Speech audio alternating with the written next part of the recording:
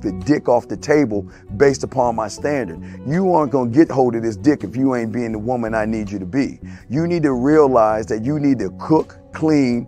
You gotta understand that you're not the only woman. And if you can accept that, that's fine. That's just the beginning, because you gotta work hard for me, because I work hard for me. So that means if you get with me, it's not gonna be easy street, because I need to be satisfied, because it ain't no happy wife, happy life bullshit.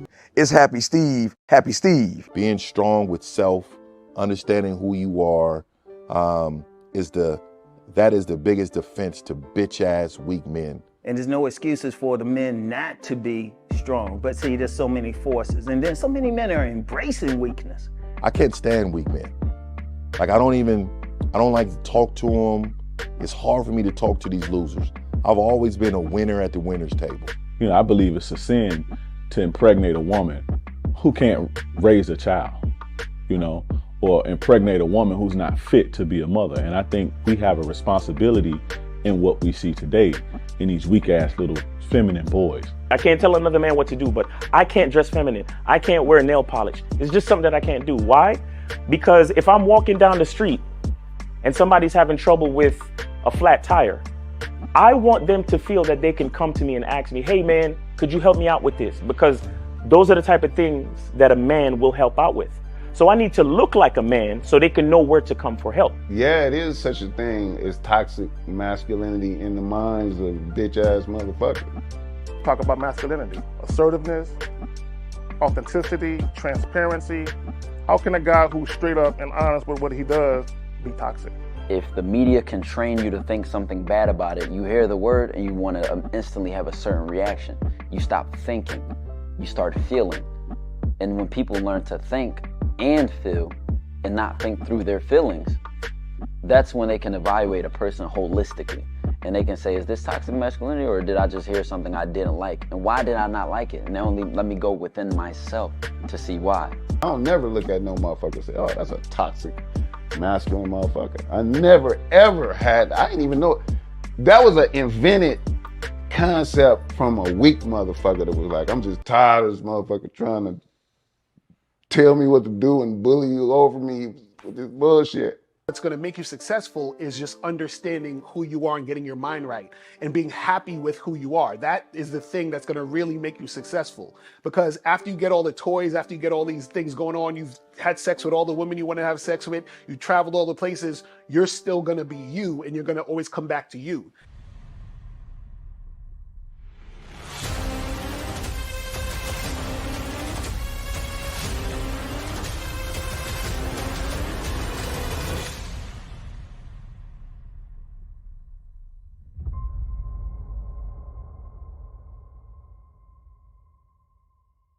Why do I do this? Why are we even doing this documentary?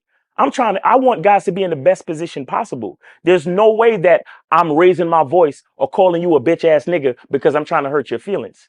I'm calling you a bitch ass nigga because you're doing bitch ass nigga shit. And if you continue doing bitch ass nigga shit, you're going to end up in bitch ass nigga situations. You get what I'm saying? So when I call you a bitch ass nigga, trust me, it's because I love you.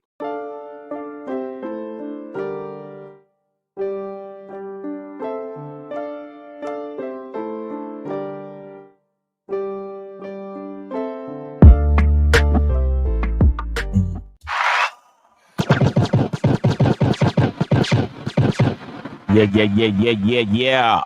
Hey, Miles, can you hear me? I'm using a different microphone. Yeah, I can hear you. Okay, cool. Cut out the Yes, fucking sir. echo and the shit. So what are we talking about today? At the end of the joint that y'all just seen, Miles says, I'm trying to help you. Guys, we're trying to help you set boundaries now. And take control of your relationships. There is no video to be shown today. There is no Facebook post. We just gonna holler at y'all, men to men. Ladies, you can benefit from this ism too. Trust and believe. You can benefit too. So, Miles, I don't know if you're getting a lot of this, but lately I'm getting a lot of clients who are talking about the setting of boundaries and how to set up a situation where when they start dealing with women, especially for extended periods of time, respect is there, right? And I want guys to understand, right? Again, Set boundaries now and take back control of your relationships.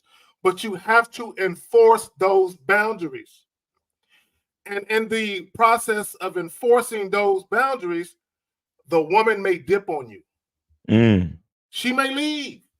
And I think, Miles, a lot of the reason why guys are afraid or there's trepidation in them enforcing the boundaries is because, one, they are afraid they're going to anger the woman, which is going to lead to her acting funky, which is going to lead to them not getting no ass, which is going to lead to the prospect that the relationship could be in jeopardy.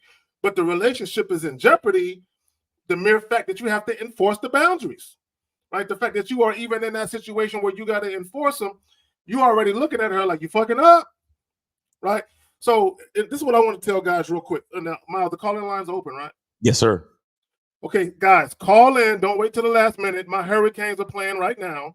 919-647-9392. If you have a question, put a Q in the chat, followed by your question. Again, don't wait till the last minute. So this is what I want to say, right? And I often talk about inadvertent behavior, like things that guys do in the beginning when they very first meet women. And those inadvertent behaviors have consequences and ramifications on the back end. So this is what I mean by that. And a lot of you guys listening right now probably can attest to this. When you very first meet a woman, when you start making accommodations and concessions in the beginning, it manifests itself later on in a relationship where the woman feels entitled to you making concessions and accommodations. And how that can start, guys, it's simply this. You set up a date, she tells you she don't like that shit, and you change it. Right. That alone can cause you issues later on down the road. Because now, this is what guys got to understand, right? And there's a saying, how you get the woman is what you got to do to keep her. Okay. Whatever it is, however you got that woman to fuck with you, whether it be money, whether it be multiple dates, whatever you did to get her to fuck with you, if you don't continue to do that, it's going to cause issues in your relationship. Now, truth be told, I'm going to pass it to you in just a moment, Miles. Truth be told, and I love the fact that Lucario said this.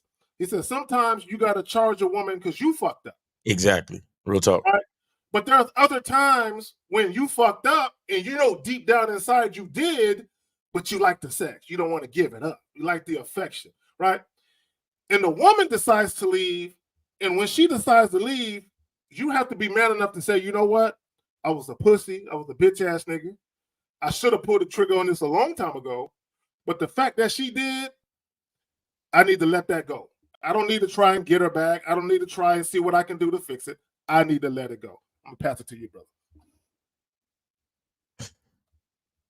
Yeah. See, boundaries. See, this is one of those things that it gets a lot of guys tripped up because the more boundaries you set, the more standards that you have, inevitably it's the smaller your pool of possible chicks that you could smash. It just is what it is. And this is one of the parts of the game that a lot of guys don't like. Right? But see, what you have to understand is that it prevents a lot of bullshit on the back end. When you have standards up front, when you have boundaries up front, when you know who you are as a man and you know what you will and will not tolerate from any given situation, especially a situation dealing with a female. All right, for example, I just saw one of these reactions. Shout out to Mediocre Tutorials and Reviews, right? I watched this video where he reviewed a reaction to a balloon pop joint. Now, ultimately, every woman popped her balloon, bro. And they was coming up with bullshit reasons as to why they popped their balloon. But the real shit was this dude had almost no flaws, like on paper. You get what I'm saying? He came into the room. He was 6 feet tall. I mean, no diddy, no homo, but not a bad looking dude. Dressed pretty well. And then he was just listing off, nigga had a bachelor's, a master's. He was a nurse practitioner, had his own business, had his own invention. Everything about him was on point and up to par. You get what I'm saying? And he had no kids. As they went down the list, every woman popped her balloon, bruh. And then the last chick, because when there's something like if you follow the psychology of that. Oh, shout out to Gil Poems. Yes, sir. The Matrix movie joint last night was fire. We broke down the Matrix movie and shit. Yo, niggas had me up till 3:45 in the morning. That was crazy. But anyway, when you break down the psychology of the balloon pop show, a lot of the chicks, when they all have a general consensus on the man, they don't want to repeat the same reason as the last chick, and they run out of reasons to justify popping the fucking balloon. But in this particular situation, there wasn't nothing wrong with the nigga. It was just that the women on the panel could not rise to the standard of the man. You see what I'm saying?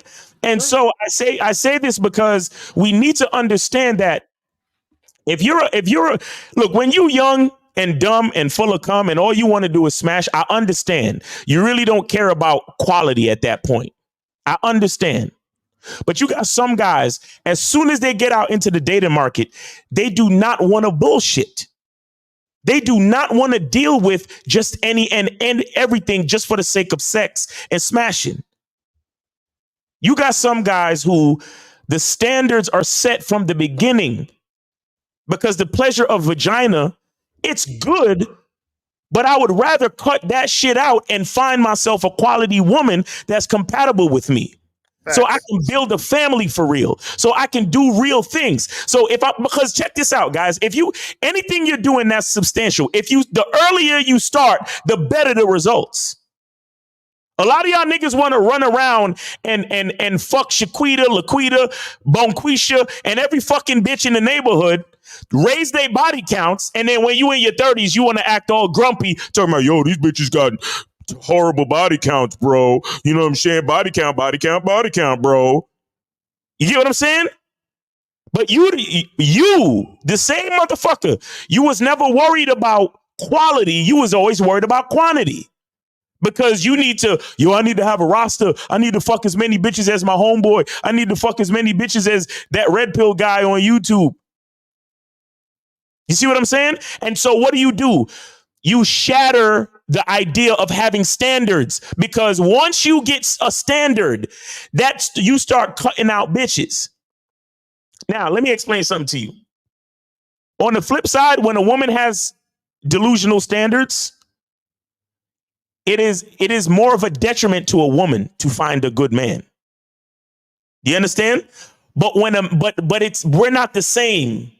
We are not the same. When a man has standards, he's still gonna have bitches throwing it at him. Oh, that's true. This is true. And that's the stupid shit a lot of you niggas don't even understand, because you don't even understand your value as a man. So you're scared to have a fucking standard. Because just because Shaquiqui with the fat ass from down the street don't want to fuck you because you a college bound man, or you got certain levels of standards and shit, and then your boys look at you like, yo, everybody fuck Bonquiki from down the street. You ain't fucker? Nah, bro, I ain't get to smash. Ha, you whack, nigga. And then you internalize that shit, and you be, damn, all my niggas be clowning me because I ain't get to fuck the neighborhood community pussy. If you had standards, that wouldn't fucking matter to you. You wouldn't care. Even my bad. Go ahead, Phil.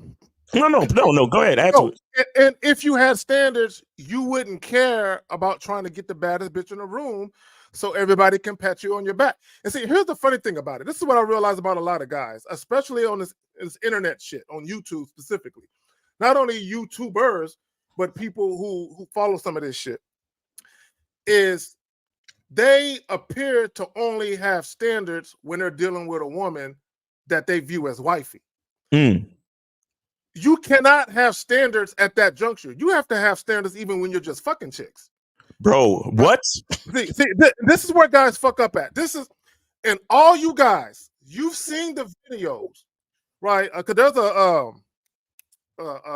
guy on Facebook, I think it's The Undesirable Truth. I believe that's his joint. he does a lot of interviews, street interviews in Miami, right? Yeah.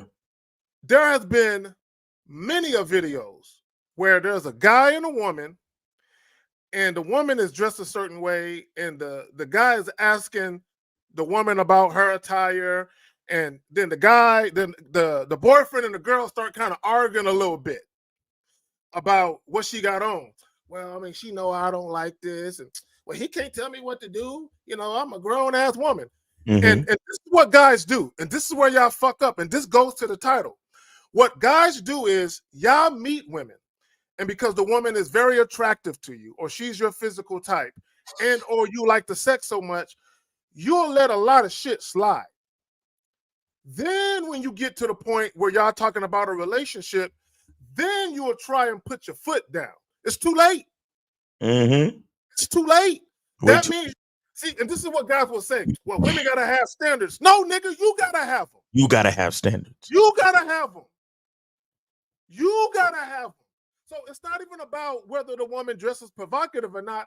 It's about the fact of if she dresses in a way that's not suitable for you to make her a girlfriend, why the fuck you make her a girlfriend then? Right. But what guys want to do is make her a girlfriend anyway. Yeah. And they believe that my position in her life as a boyfriend gives me carte blanche to tell her don't do that no more. It don't work that way. Because now you didn't gave her 6 months, 8 months, 9 months, a year, or whatever it is of doing what the fuck she wanted to do. And now you want to try, well, I don't like this. I don't like that. And what it leads to is resentment, animosity, and a bunch of fucking arguing back and forth. And you looking at the bitch like she the problem. No, nigga, you the problem. You the problem, my nigga. You never set no boundaries in the beginning. Look, real quick. Guys, I told the story of one of my exes where we were dating. And I showed up at her house, knocked on the door. I told her I'm not going to tell the whole thing. You know, I don't want to be too detailed with it. I showed up, told her to be ready by a certain time. She wasn't ready. I checked her on it. Boom, we went out, did our thing. About a week or so later, same shit. Told her to be ready by a certain time, knocked on the door. She didn't answer the door at the time. I walked the fuck off. As I'm walking off back to my car, she opens the door. She's calling my name. I keep walking. I hop in the car, drive the fuck off. She's blowing up my phone, texting me, calling me, leaving me voicemails. I don't answer none of her calls. I don't listen to none of the voicemails. I don't read none of the texts. The very next morning, so I went home. I went home. I left her ass there. Whatever she did is whatever she did. The very next morning, I called her. And I said this, do you get it now? Do you understand now? And I told her, because she said, I was kind of mean. And I'm like, I don't give a fuck what it was. Do you understand? And I told her, I said, look, we don't got to do no more dates. We can just fuck. That's all. We can go back to doing that if you want. Yeah. But if I'm going to set up a date, if I'm going to take you out, if I'm going to spend time with you, whether it's sexual or non-sexual, you're going to respect my motherfucking time. Real talk. Right? So, so I want guys to understand this is how far I was willing to go to enforce the boundaries. Respect my motherfucking time. Yeah. And a lot of guys, and look, I've talked to some of you guys, y'all be waiting 20, 30 minutes. The chick is late for a date, 20, 30 minutes, you still sitting there. I'm like, hell no. Hell, and especially this. And it goes even with that, even with the whole flaking shit or the chick is late for a date, you need to have a standard of how you deal with that. Don't wait until it happens to be fumbling around figuring out how you're going to handle it. No, you need to already know how you're going to handle certain situations because you have to be prepared for any and everything to arise when it comes with women. Yes, sir. And I do mean any and every motherfucking thing. We good on calls though, right, bro? Yeah, we're good on calls right now. Guys, call in 919-647-9392, 919-647-9392. Remember, these calls are free. This is a free call-in show right now. So yeah, I could call in. Just call in if y'all want, man.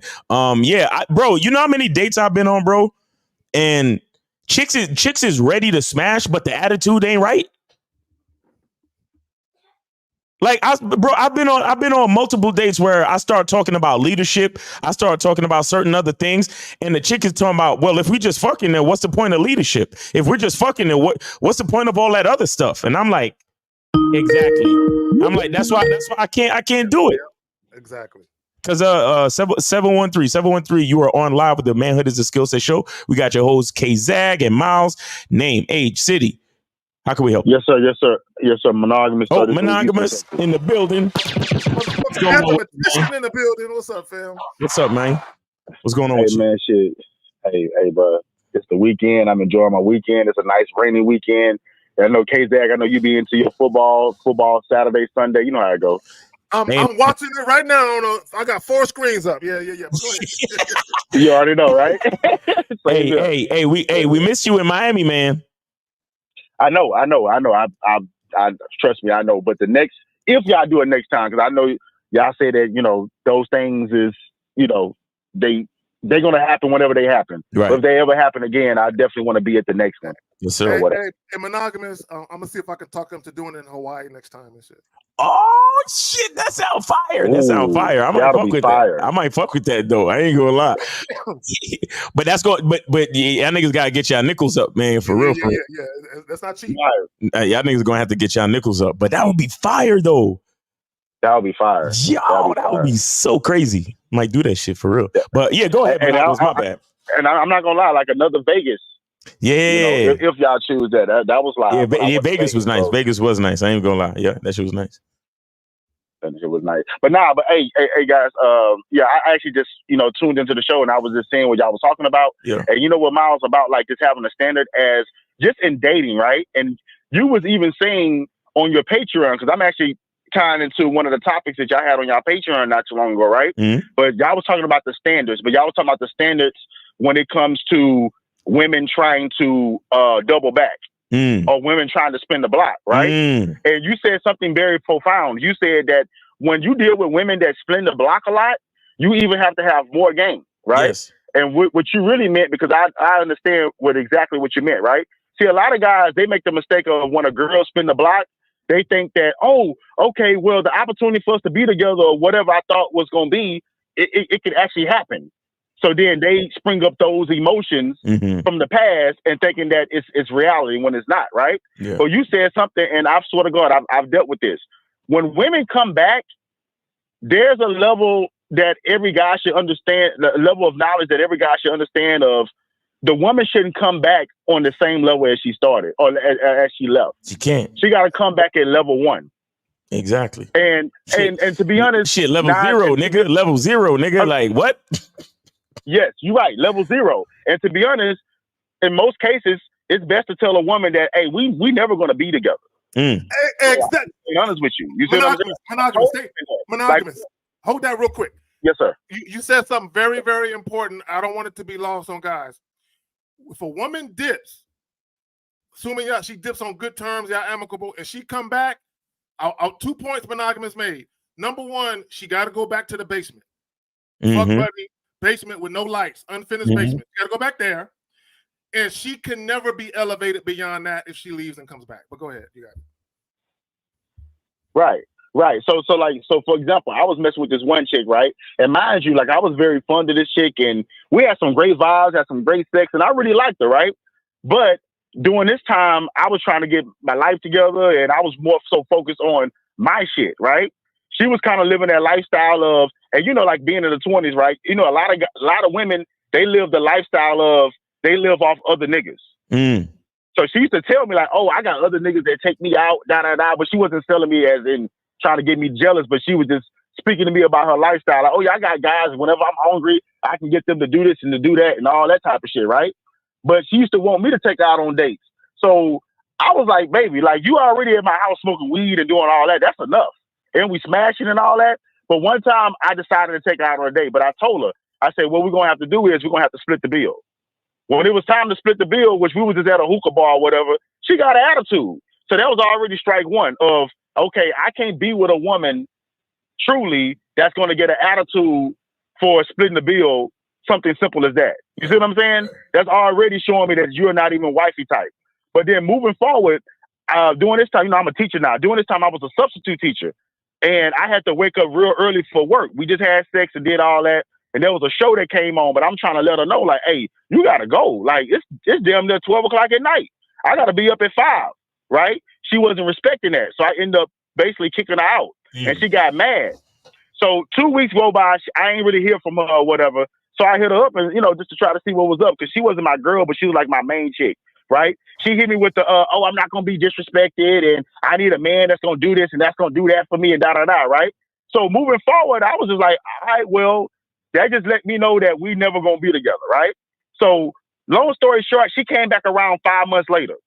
So she came back around. We started at level 0, having fun, having sex and all that.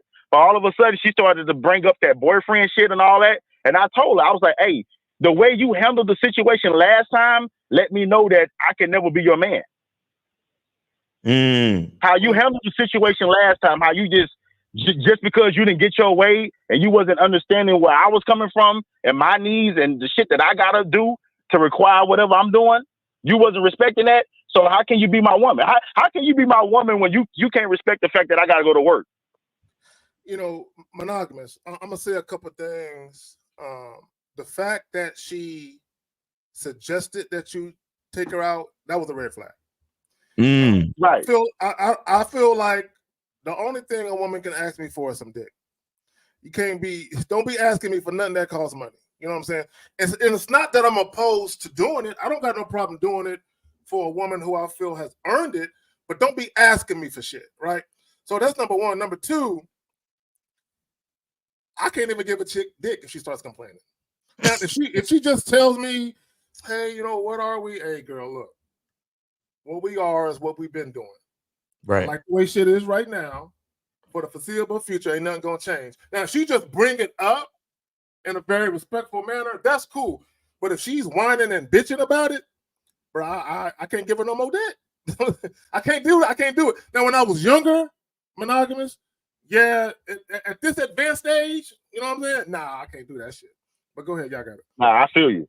Nah, I most definitely feel you. But that was just a time. And then another time, there was another chick that I was fucking with, but once again, she used to be off and on, and once again, she tried to double back on some cool shit. But I set up a little date just for us to link up.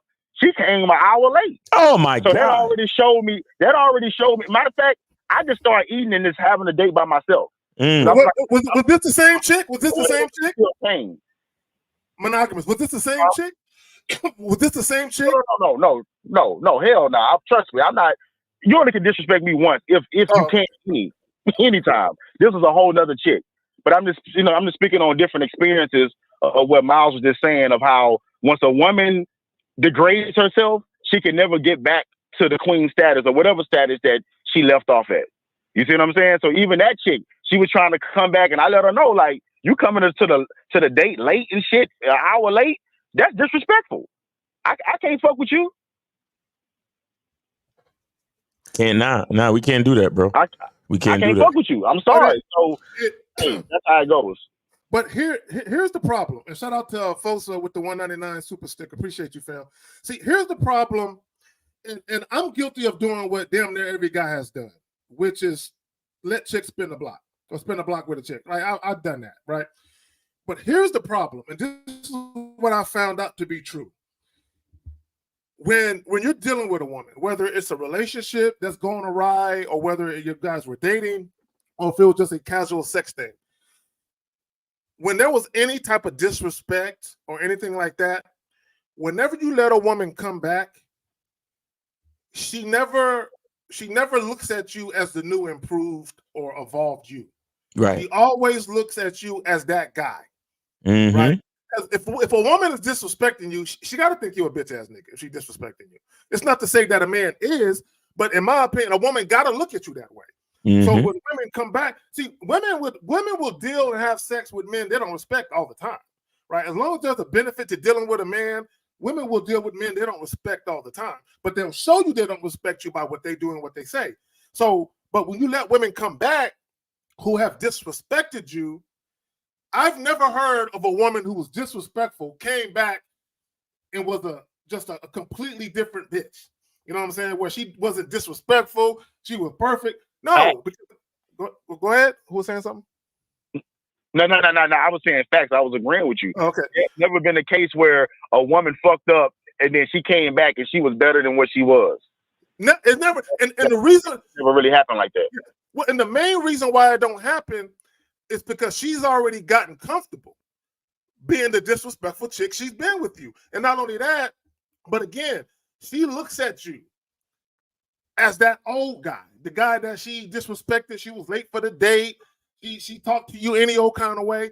She still looks at you as that guy. This is why I tell guys, don't recycle women. Now, again, if it was amicable, everything was respectful, like let's say you're dating a woman or you're having casual sex encounters and she wants a relationship, but you ain't trying to give it to her. And she goes on with some other guy who's trying to give it to her. That's fine. Right? Now, when she come back, she still can't get that though. But if she was respectful, she understood the boundaries, she showed you deference, humble submission and respect, then cool, she can come back at that role she was at, but she can't be advanced, in my opinion. Y'all got it. Facts. Nah, facts. I had a lot of experiences. Most of my experience have been that K-Zag of everything was amicable, and once again, I might have moved on, she might have moved on, or life just happens, and we might rekindle some shit. But even then, shit still got to start at level 0. It can't start at level 5 where it left off. I don't believe in that. It got to start. It got to go back down. You got to work its way back. You know what I'm saying? But I feel like a lot of guys, and even what you said, Miles, it was actually kind of was just like how I am. Like I'm more of a monogamous, even I'm a player type of guy. When I deal with women, I'm more of a monogamous type of guy. So when I deal with women, I like them. Yep. But there's a balance of liking a chick, but still having a boundary of I can like you a lot, but that don't mean that you're gonna be my gal, or that don't mean that you're gonna skip these levels. Right. You see what I'm saying? Right. So you still got to go through it. Or if you fucked up, you fucked up. So I can like you, but you could be the one girl I like, but I ain't gonna never be with like that. Right. Hey, you know what, monogamous? I'm a sporadic monogamous nigga. Meaning I can be monogamous in stretches. Couple months here, a few months there. But I'm not one of them 10, 15 year married to the same chick type of niggas. That's the only chick I'm smashing. I can't do that shit. I can't. I thought I could, but I came to the realization very early on that I ain't built like that. I need variety in my life, and a lot of it. Mm-hmm. Yeah. Yes. Yeah. Yo, the quality, it's the quality for me, bro. It's the quality for me. Like the cooperation, the compatibility, and I said cooperation, I said compatibility. Yeah, that's pretty much it. Like it. Oh, and the consistency. You understand? Yeah. Cooperation, compatibility, and consistency, and overall respect. Because let me tell you something about a lot of these chicks, bro. When they find you and you're honest with them, a lot of times they love to look their fucking nose down at you because you're fucking multiple women. They don't believe that you are worthy of having a standard for yourself, because in their eyes, the fact that you fucking multiple women makes you a bad person, even though you're being honest. You see what I'm saying? So they love to look they fucking nose down at you and disrespect you. And they'll do shit like they'll be late, or they'll tell you some shit, or they'll sniggle and giggle and act and be on some low key disrespectful shit. I've gone through it. This is, for me, that's exactly why I need the quality to be on par. Because I need you to fucking respect me. I don't need you to just believe what I said. I need you to believe in what I said. Because a lot of these bitches been conditioned and trained, right? And here's the thing: even though you come at them as an honest, honorable man, they still look at you like the Pookie and Ray Ray that cheated on them and fucked them over. You see what I'm saying? But guess what, Miles? So they try to fucking treat, they still treat you like that low tier nigga when you're actually a quality type of dude, but they don't see it because they never even been told the truth by any fucking man in their whole life. But go ahead, Monogamous. But guess what, Miles? You know what it is? Those are the women that just don't have the game. Exactly. Because when women do that to me, or when I ran across women that was on that type of time, I laugh because they try to make it seem like what I'm on is wrong. But I simply have other women that are following my program and that don't mind following my program and doing what I want to do. Exactly. So when a chick has that type of approach, then I just look at her as like, you the one that's missing out. Exactly. And you know what's crazy? I'm really trying to give you the experience, but you choosing to miss out. So I'm gonna go to the next chick. Mm-hmm. Like, I'm gonna be honest, bro. Like these guys, they be worried about chicks and chick staying and all that type of stuff. bro, you have to get used to letting bitches go. Yep, You know how that's many facts. bitches I let go to get more bitches? Facts. Bro, I done let go of a lot of females, bro. And then bro, the amount of females I let go look like a fucking unemployment line, bro. It is, bro. I let chicks go for frivolous shit, especially for the chick I just met. She raised her voice at me, but I can't fuck with you. Shout out to Renee P. We appreciate you, darling. She said she gotta go. So yeah. Shout out to Renee P. Appreciate you. Yes, yes. The 5. So let me get the other donations. Hold on, Monogamous. Let me get the other ones. Scary Perry with the $4.99. Respect to Zag and Miles. Thanks for coming through with the movie night, Miles. Shit, man, I tried to come through last night. The shit with the fucking link expired on my ass and shit. But oh yeah, that Discord shit be iffy though. I ain't gonna lie. Like, bro, I was like 30 minutes. I was trying to get into that motherfucker, but whatever. I had trouble with that shit. But yeah. So the homie Talk That Talk podcast and live with the $2. Have the next game Kings in Kansas City, Dope City. The fuck is in Kansas City, nigga? Other than the Chiefs and some good barbecue, nigga, and some good jazz, nigga. What the fuck? Kansas City? I don't know about that, brother. I do not know about that, brother. But no, real quick, Monogamous. To your point, Miles, and this is what women got to understand. Just because you sharing me doesn't mean that's going to diminish the quality experience you get from me. Right? You're still going to get A1 sex. You're still going to get that. You just happen not to be the only one getting it. But you're still going to get that, right? If I'm dealing with you beyond sex, right, you're going to get the type of treatment that I would give a woman that I'm dealing with only, right? You're still going to get the same type of treatment. The only thing is you got to share a nigga. You know what I'm saying? But for whatever reason, like you said, there are some women who they look down on that, even though you're letting them know out the gate, right? Because this is why I say a lot of women don't really want honesty. They really don't. This is what I believe most people, including women, really want. They want a lie believable enough to pass as the truth so it doesn't irritate their insecurities. Exactly. Real shit. Period. Real shit. No, people say they want the truth. I doubt it. Both men and women alike, I doubt that people want the truth. Because the moment you give them the truth, and it goes against something that they want, they dislike you for it. Because you made them feel a way. But you know, it is what it is. Go ahead, Monogamous, you got it.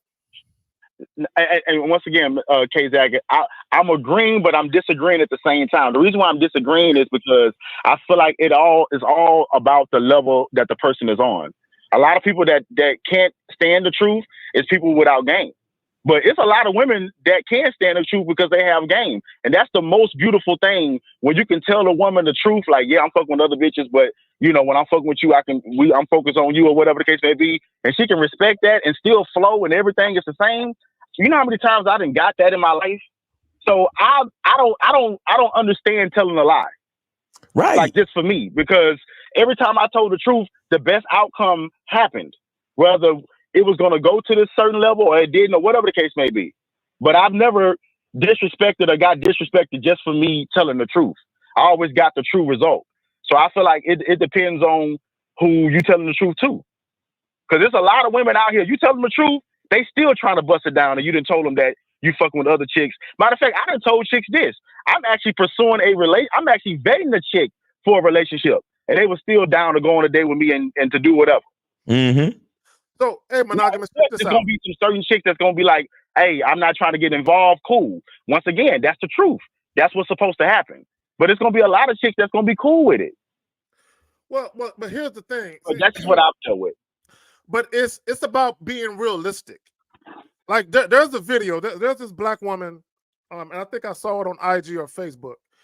And she was doing a video, and she was talking about the fact that a lot of women want their own personal nigga.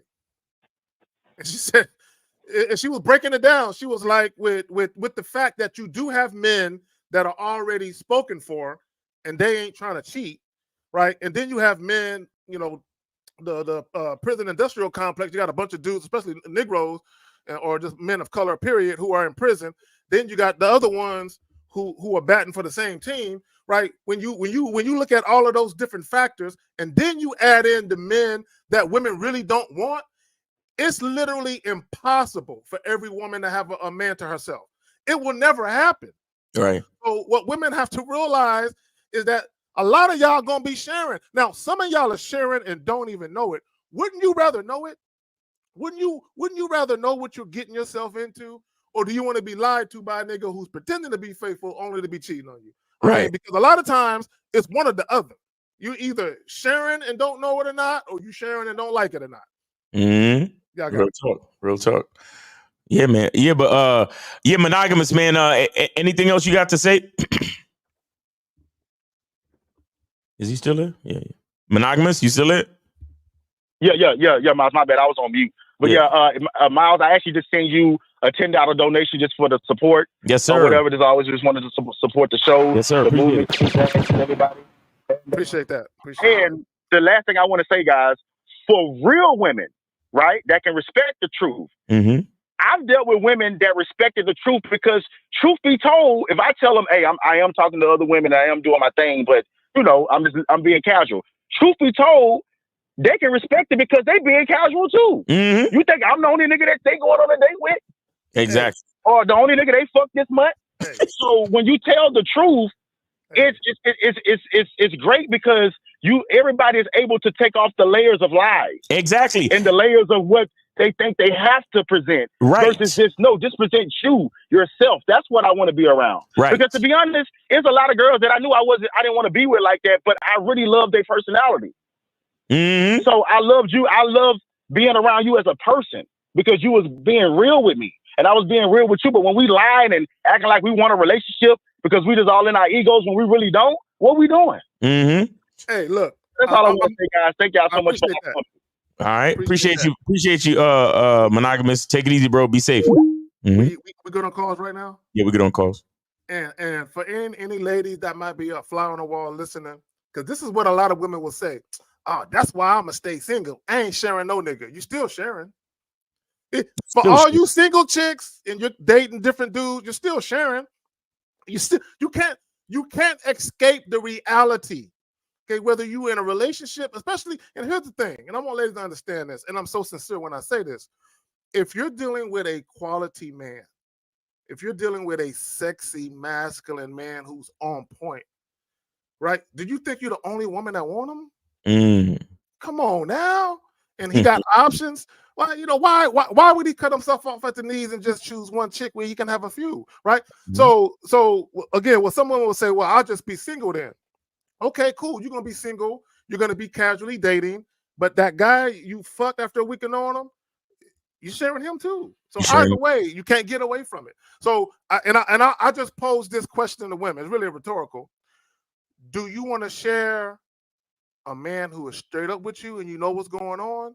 Or do you want to be out there just dating willy-nilly and sharing this random niggas? I mean, it's your choice. You see, I'll tell you something too. Those women that I spoke about before that want to look down on you and shit. Those are the ones that don't want to deal with the truth. And a lot of times, those are the ones that they want to be lied to, bro. Mm-hmm. They want to be lied to, and not only do they want to be lied to, but they thrive in the dysfunction. They thrive in the drama. They thrive in the bullshit. And these are the women that I avoid like the plague. Because a lot of dudes be like, yo, but if you tell women the truth, you leaving pussy on the table. Bro, I'll leave it on the table, bro. Because if that pussy come with drama and bullshit and disrespect, I don't want it, bro. Facts. That's I don't need it, bro. You see what I'm saying? So I'm looking for the woman where I let her know, yeah, I got other situations going on. I got other things going on. Yes, you will be sharing me. I will never cheat on you. Just understand that you ain't the only one. Mm-hmm.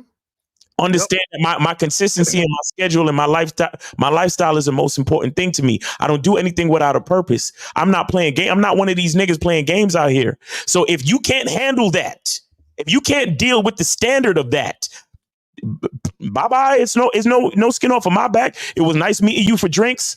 It's all good. Cause these chicks, they on this ego shit talking about, oh, well, I don't share no nigga. Oh, so you expect me to just be twiddling my thumbs waiting on you?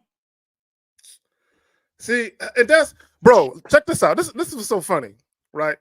Because I know women that I've dealt with in the past where they've been cheated on by every single boyfriend they've ever had. Every single boyfriend cheated on them. So what does that tell you? Does that tell you that men ain't shit? Or does that tell you, well, two things can put you at the same time, that men are out here doing their thing, right?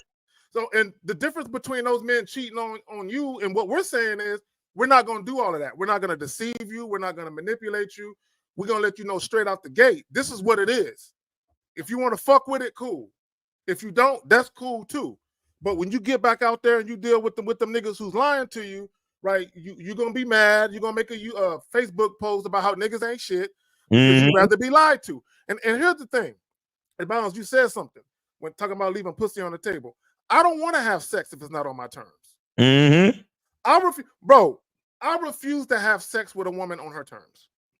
I refuse to get into a relationship with a woman on her terms. I refuse to date a woman on her terms. I'm not doing it. Right? Because for me to do that, I'm literally eradicating all of my boundaries. For me to deal with a woman on her terms, or for her to interject her agenda, and for me to follow that, I'm literally eradicating all of my boundaries. Okay? And even when it comes to telling women, you're not the only one, that's a boundary. You're not the only one. So, no, you can't call me at midnight just whenever, right? No, you can't just show up unannounced. No, you can't spend a night, at least not now, right? Right? And I got to make sure you the type of chick where you got some sense, because like we've been stating, if I'm dealing with other women, I can't have you acting a fool. You might see me out in public. You might see me booed the fuck up. Yes. She might be sitting on my lap feeding me something. Yeah, it's okay if you get in your feelings, but just maintain some common sense though when you see it. Go ahead, Miles, you got it, fam. Nah, it's real out here, bro. It's real out here. And again, you know, I'm cool with quality over quantity, man. I'm really cool with that. I'm so cool with that. You know, that's why my body count's still in the double digits, bro. Like I'm not, you know what I'm saying? Like, and I don't say it proudly, and I don't say it in shame either. It's just what it is, because I know who I am. You get what I'm saying? I know who I am. Look, let me tell you something. And shout out to High Profile with the 199 Great Live. Guys, if you know any guy who says he's hit triple digits, there's a lot of low quality bitches in that number. I'll be the first to tell you. It's a lot of low quality, low hanging fruit in that number. Because there ain't no way you fucking 100, 150, 200 quality bitches. It ain't happening. Right. And when we say low quality, it's not necessarily about the quality of the female by herself. It's meaning quality in comparison to that man. There you go. It's the experience. It's the experience. And it's like, and I don't fault niggas. If you need to fuck that many bitches, by all means, do you. But me personally, bro, the quality is so important. Like for me as well. You have to understand something. And this is a part of like, because I have a video on my membership called how to develop your sexual identity within understanding your masculine identity. Understand that the best sex for me is with a quality, respectful, compatible, consistent, classy type of broad that works with me. You get what I'm saying? The type of woman that when you follow my instructions, and like I said, not only believe what I say, but believe in what I say. Yep. That's when you gonna get the strongest out of me. You get what I'm saying? And these are things that I know about myself. But if I know that deep down you don't respect me and you just using me for some pleasure tonight, it's hard for me to it's hard for me to get there, bro. It's hard for me to get. See, because we talk about doing things on our terms, right? You have to remember, it's the quality of in my opinion, it's the quality of the erection that dictates the rest of it. Mm-hmm. And me personally, I swear, man, one time I had a situation where me and a chick. And this is where I discovered this about myself. Me and the chick was getting it in. And we had went on Like we met up. I think it was one of them situations where the first time we tried to make it happen, it didn't happen because of scheduling or whatever. And the second time we made it happen. Got her back to the crib, and then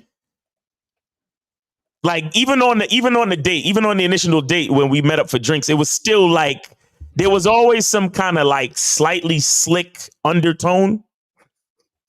You see what I'm saying? But I let it go past because I was like, whatever, whatever. Got her back to the crib, and then I think I was doing some finger play and shit. Now apparently she didn't like that. Apparently that wasn't her thing. And she gave me this look of disgust and looked at me and said, "What you doing?"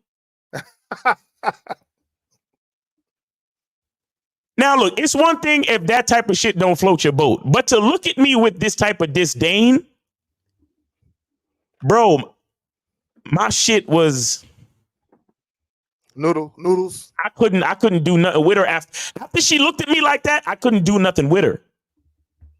And so, we just kind of called it a night.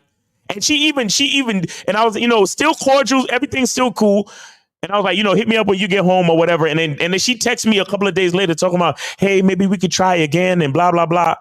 And I was just like, nah, I'm good though. You see what I'm saying? Yep. Because again, when a woman is feeling you, you could even perform badly and she'll still want to give you another chance. Oh, these are facts. Like, so all you guys that be, your shit be going down. If a woman is into you, she'd be like, you know what, maybe he has a stressful day. Maybe, cause I used to have a habit. When I get hot, you know what I'm saying? When I get too hot too quick, shit ain't, So that's why I gotta have an AC on and a ceiling fan on. You know what I'm saying?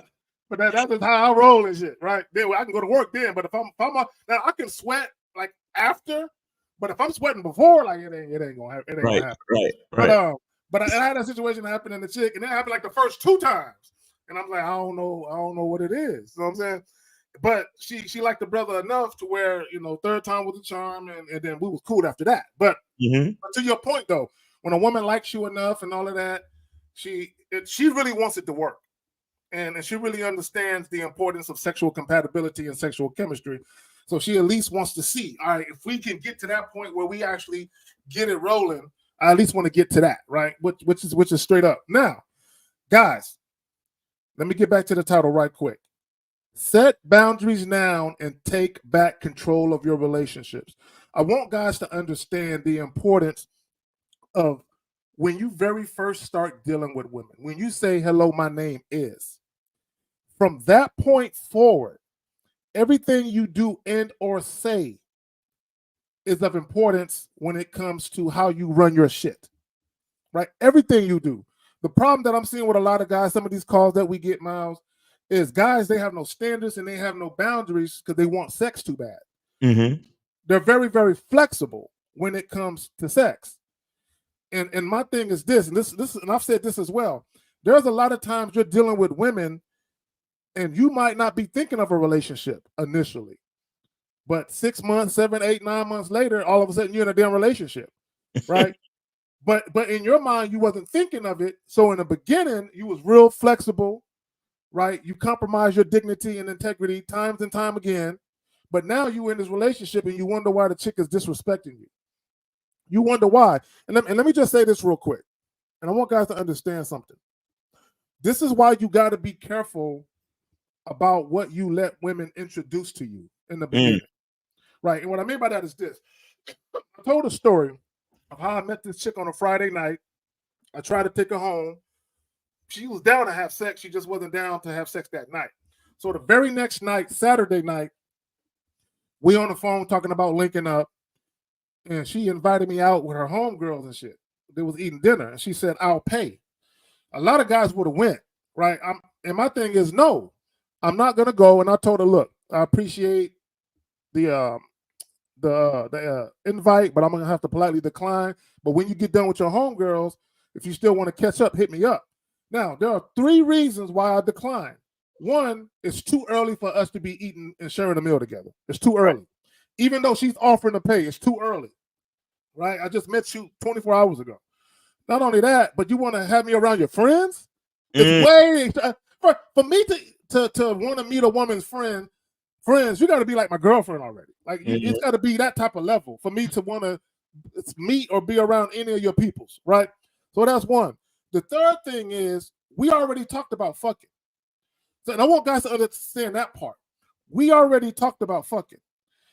So if I would have went out and ate with her, basically what we talked about and how I was setting things up would have been pushed to the back in favor of what she wanted to do. Right. So already I would have been compromising myself already. And a lot of guys, y'all look at that as something small, right? You look at that as, oh, it ain't that big of a deal. She into me. She want to fuck as long as I get the ass. But let me tell you how it manifests itself later on in a relationship.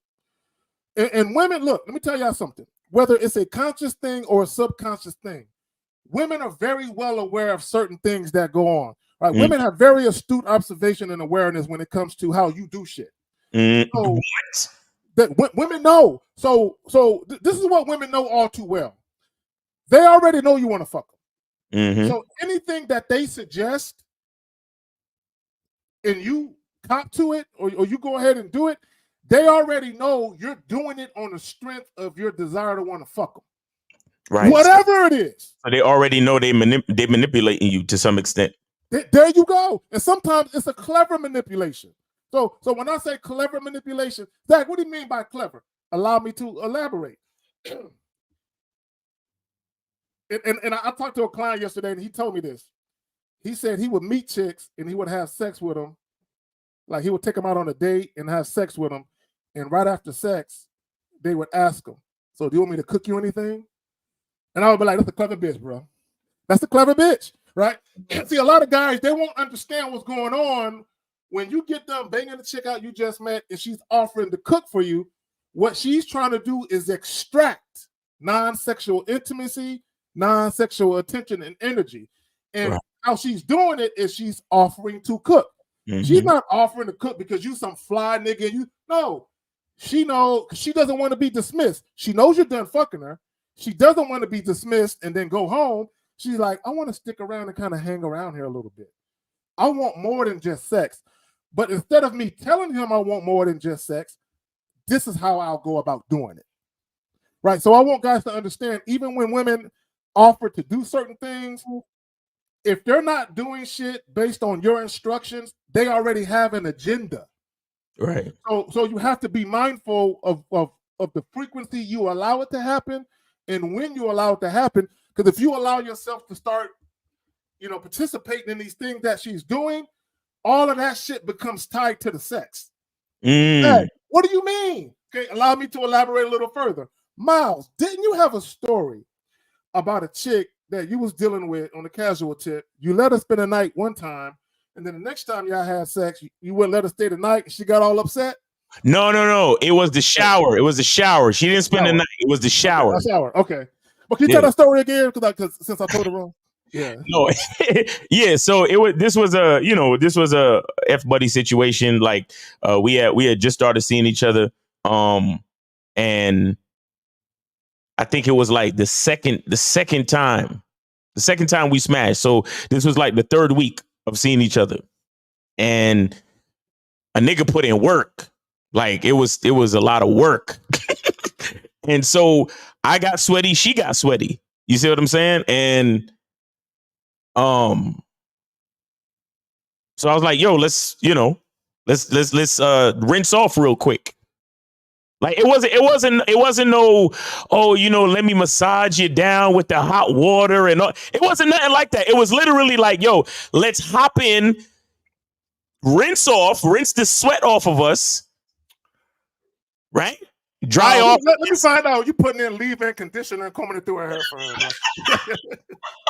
Bro, it was really so simple to me. I got her a towel real quick. Here, dry off. Boom, boom, boom. Okay, everything. She got dressed. Everything. Okay, cool. Yeah, I'd love to see you next week. I'll give you a call. Same thing. We all good. All right. Let me know when you get home. Boom. Hey, what's up? Had a great time. Got home safe. All right, cool. I'll text you about next week. Blah blah blah. Next time, pretty much the same thing. But this time, we put in work. But for whatever reason, maybe I had the AC up more or whatever. We didn't sweat as much. So I was like, you know, here, hey, you need to use the restroom, you know, before I let you go. No, I wasn't even making masculine identity soap then. So, so I was like, here, you know, you can use the restroom or whatever, and then I'll walk you back to your car and stuff. And then she stopped. She clutched her pearls like, she said, wait a minute. Did I do something to displease you? I said, bro, the question caught me off guard because I'm like, what is she talking about? What could she have done to displease me? Like everything went perfect, right? I said, no. I said, what's the matter? What do you mean? She was like, well, the last time we took a shower and I was hoping that we could do it again.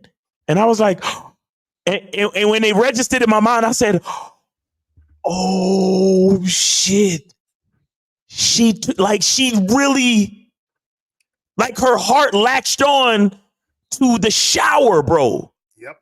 She latched, like she thought the shower was a thing. Non-sexual intimacy. Yep. And I realized, I was like, yo, I fucked up. But I said to her, I said, oh, it's not nothing like that at all. But, you know, we're still, you know, we didn't really sweat that much and all that. So, you know, I was just, she was like, oh, okay. But she was still disappointed though. Like, but I was like, no, we're good. Same thing, you know, text me when you get home. I hit you up about next week and blah, blah. She was like, oh my God. Okay, great. I'll let you know when I get home. Blah, blah, blah, blah. And I realized, I was like, bro, you got to be so careful what you do with these chicks. Yep. Especially when you're in the fuck buddy situation. Yep. And even more so when they like you beyond just fucking. When a chick, and this is where awareness comes in at. This is why we tell you guys when Miles and LaCarge talk about the vetting process, having a program, one of that is managing and mitigating the situation. You got to know what's going on at all times so you understand when and when not to introduce certain things. Yeah, because what I should have done was I should have got her some fucking, you know, wet wipes. Yep. And maybe a wash rag and be like, yeah, here, go there and go to the bathroom, handle your business. That's what I should have done. I didn't. Bro, but you don't know. We don't. These things weren't really taught to us when we was coming up. Right. Exactly. Right? Exactly. But we teaching it to you niggas now, bro. This is why, for whatever reason, I don't know how I knew this. Back in high school was the first time I was telling chicks no after having sex. Like we would skip school, fuck, and chicks would be like, "You want to take a shower?" Nope. So for whatever reason, since I was a teenager, I was always telling chicks no. I don't know why or what made me tell chicks no, but it just, as I got older, it happened more and more. But chicks were like, "You want to take a shower?" Nah, you go ahead and get in first. I'll wait till you get out. For whatever reason, it just, something didn't sit right with me with taking a shower with a chick I just started fucking, right? Because to me, I just looked at it as the intimate thing, and I understand the power of intimacy overall, and I understand the power of non-sexual intimacy. Women covet that shit. You know what I'm saying? So I understand that women cling to that. So if you're gonna introduce that, you better be ready to be consistent with it, because the moment you're inconsistent with it, here comes the fucking drama, right? And it goes back to setting boundaries and making sure women know this is how I move, and regardless of what the woman says she wants, if you're not ready to introduce that thing, she just don't fucking get it. Real talk.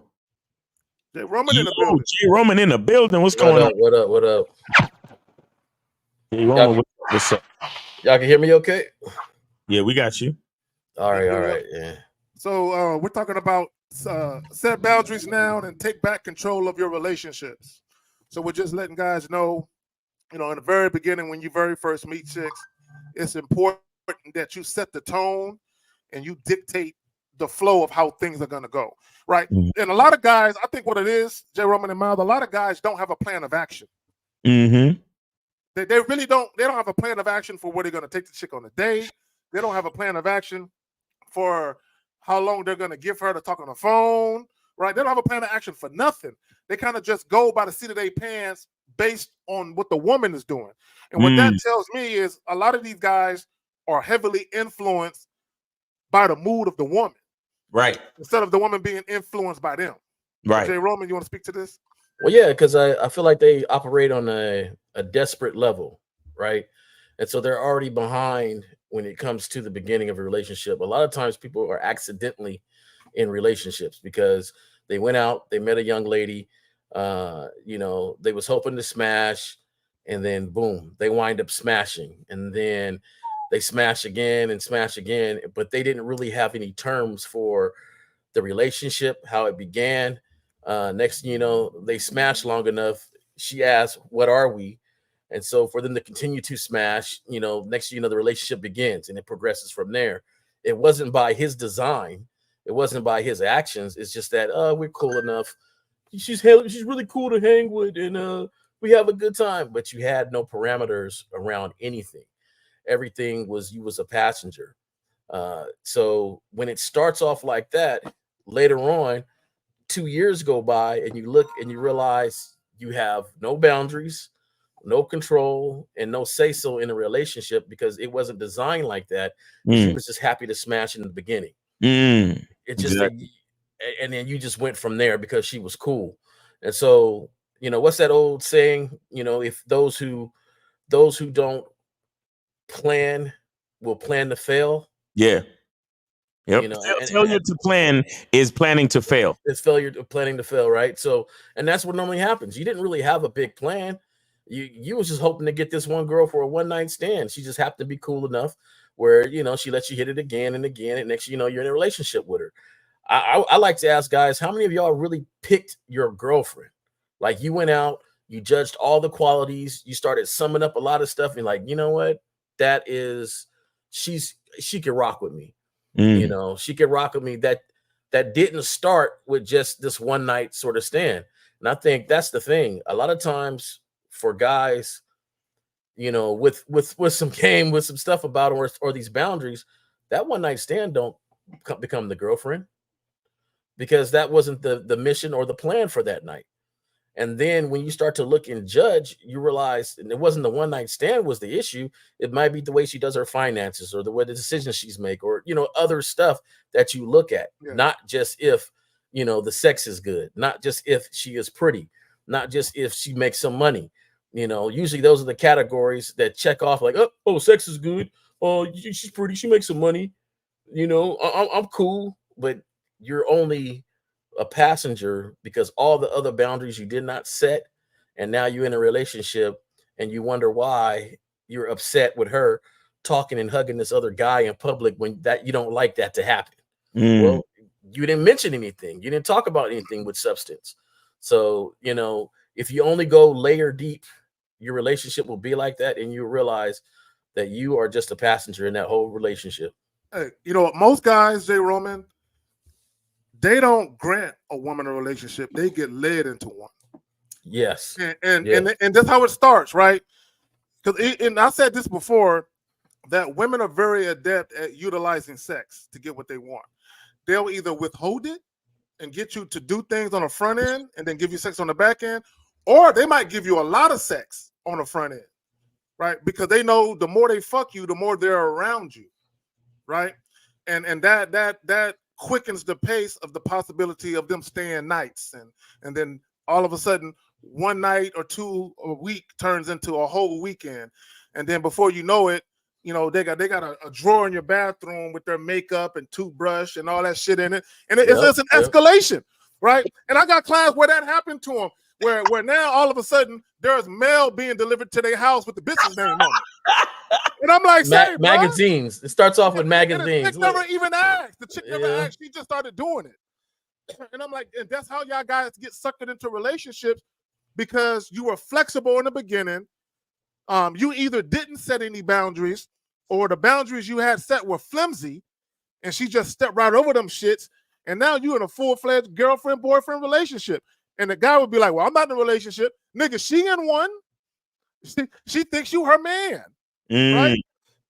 Right. And this is some real shit. And I got a client, I hope you're watching, right? Because he had a situation where the woman was telling people, that's my man.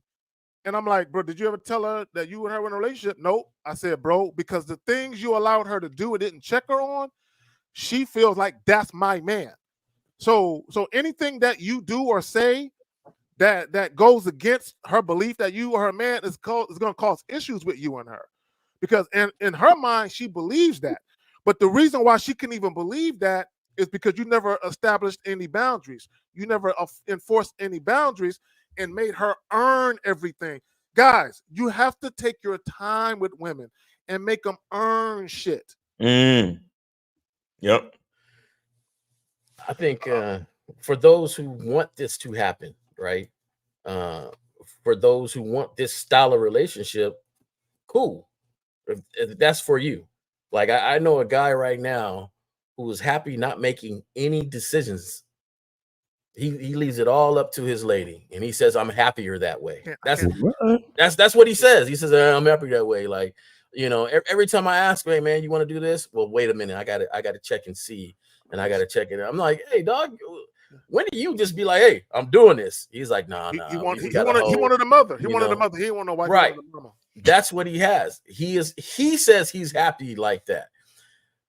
I wouldn't be happy like that. That's not the type of man I was raised. It's not the type of man that I would help raise. So, you know, that's why I think it's very important that you be honest with yourself and you really, really, really know yourself. Because a lot of times you wake up in a position where you don't have any say. You've been a passenger this whole time. And now at the age of 40 something, you're waking up and realizing, man, I didn't make no decisions. And I don't like this. I don't like the way, you know, she talks to me. I don't like the way this is. Well, you've let it happen. If you can't map back how the relationship became the way it is, then I really feel sorry for you, because that just shows how much your hands was off the wheel, period. You wasn't even in the car. You was in the back of the truck on the bed, you know. Bro, imagine being a grown man and your whole life, your decisions were made by women. Your whole life, your decisions were dictated. And come on, bro. And shout out to all the mothers in the world. Look, here's the thing. Okay, this is my personal belief. I believe that the mother should go ahead and do all the nurturing shit, but I believe there's a certain age a man should grab a hold of his son and be like, I'm about to do the heavy lifting. I got it from here. And for me, I think that this is my personal opinion. I think that age is right around 7, 8, 9. Like grab that little motherfucker, but like, you know, give him all that nurturing shit. I'm gonna give him all this shit over here so he has some balance, right? But I can't have him being too codependent on mommy or too codependent on the safety net of what a woman may provide for him when it comes to his decision making. No, because I got to teach him to make sound decisions when he's young. I'm not teaching you to make sound decisions at 18. I'm teaching you to make them at 10. Right? Now you're 10, so you're gonna fuck up, right? But let's get the fuck up. Let's get the fucking up out the way now. Let's get most of the mistakes out the way now. Let's get the learning curve out the way now. So by the time you're 16, 17, 18, and beyond, you hit the ground running. Right? This is why you have a lot of young guys right now who are 19, 20, 21, 22, who have no direction with their life. They don't know what they want to do. But y'all got it. You know what? I man, you mentioning that, I instantly always think of Miles and you know, knowing yourself, right? Mm-hmm. Which is so important, because I don't care what age you become aware. When you are aware of it, that's when the work begins, right? Because it's kind of different. Like you've been listening to your mama the whole time, and she's been telling you, oh, bring flowers and do all this stuff, and but now you're 23, 24 years old, and you're like, man, this ain't working. Like, you know, I ain't getting the results that mama told me that I would be getting. My mama never told me to do that. Look, real quick. My mama never told me to do that goofy shit. But go ahead, fam. Yeah. But if your mom did, yeah, and you just was following what you seen or what you heard that you thought women like, when you become aware, that's when the readjustment has to happen. You can't sit back and not do anything and still complain about it on the other end. So, like you said, my son was sitting at the table. He had Egos and wasn't eating the Egos. He was waiting for his mom to cut the Egos. I came in there and she was about to cut it. I said, hold on, boy, cut your own Egos. Facts. You know, well, I don't know how to do it. Well, here, you better learn. because she ain't doing it. You better figure it out. And of course, she's looking like, oh, it's my baby boy. I said, no. Manhood does not start later on. It's the little stuff that adds up to equal that stuff. Just like when your children fall, I tell mine, you can't fall no further. You're already on the ground. Get up. Like the mindset. And I don't think people understand that it's not just a physical thing. It's not just doing things like, man, it's a mindset. No pun intended on this. It's the mindset of manhood that puts you in the correct category to making those steps. And so once you become aware, you have to not only do the physical, but you also have to change the mindset to make sure that you step towards your manhood. Look, let me tell you something. When my kids would fall down, I would keep walking. I wouldn't even look back. I would just, come on, get up. I wouldn't even look back, right? And the reason for that is because when I would look back, they would be looking at me like, aren't you going to ask me if I'm okay? Aren't you going to pick me up off the ground? I'm not mama. That's what mama does. I'm not doing that. Right. You fell down, get up. Right. And this is what people have to understand. and that's a metaphor for life. When you fall down, nobody's going to help you get up. Facts. You gotta get yourself up and dust yourself off and keep on moving with life.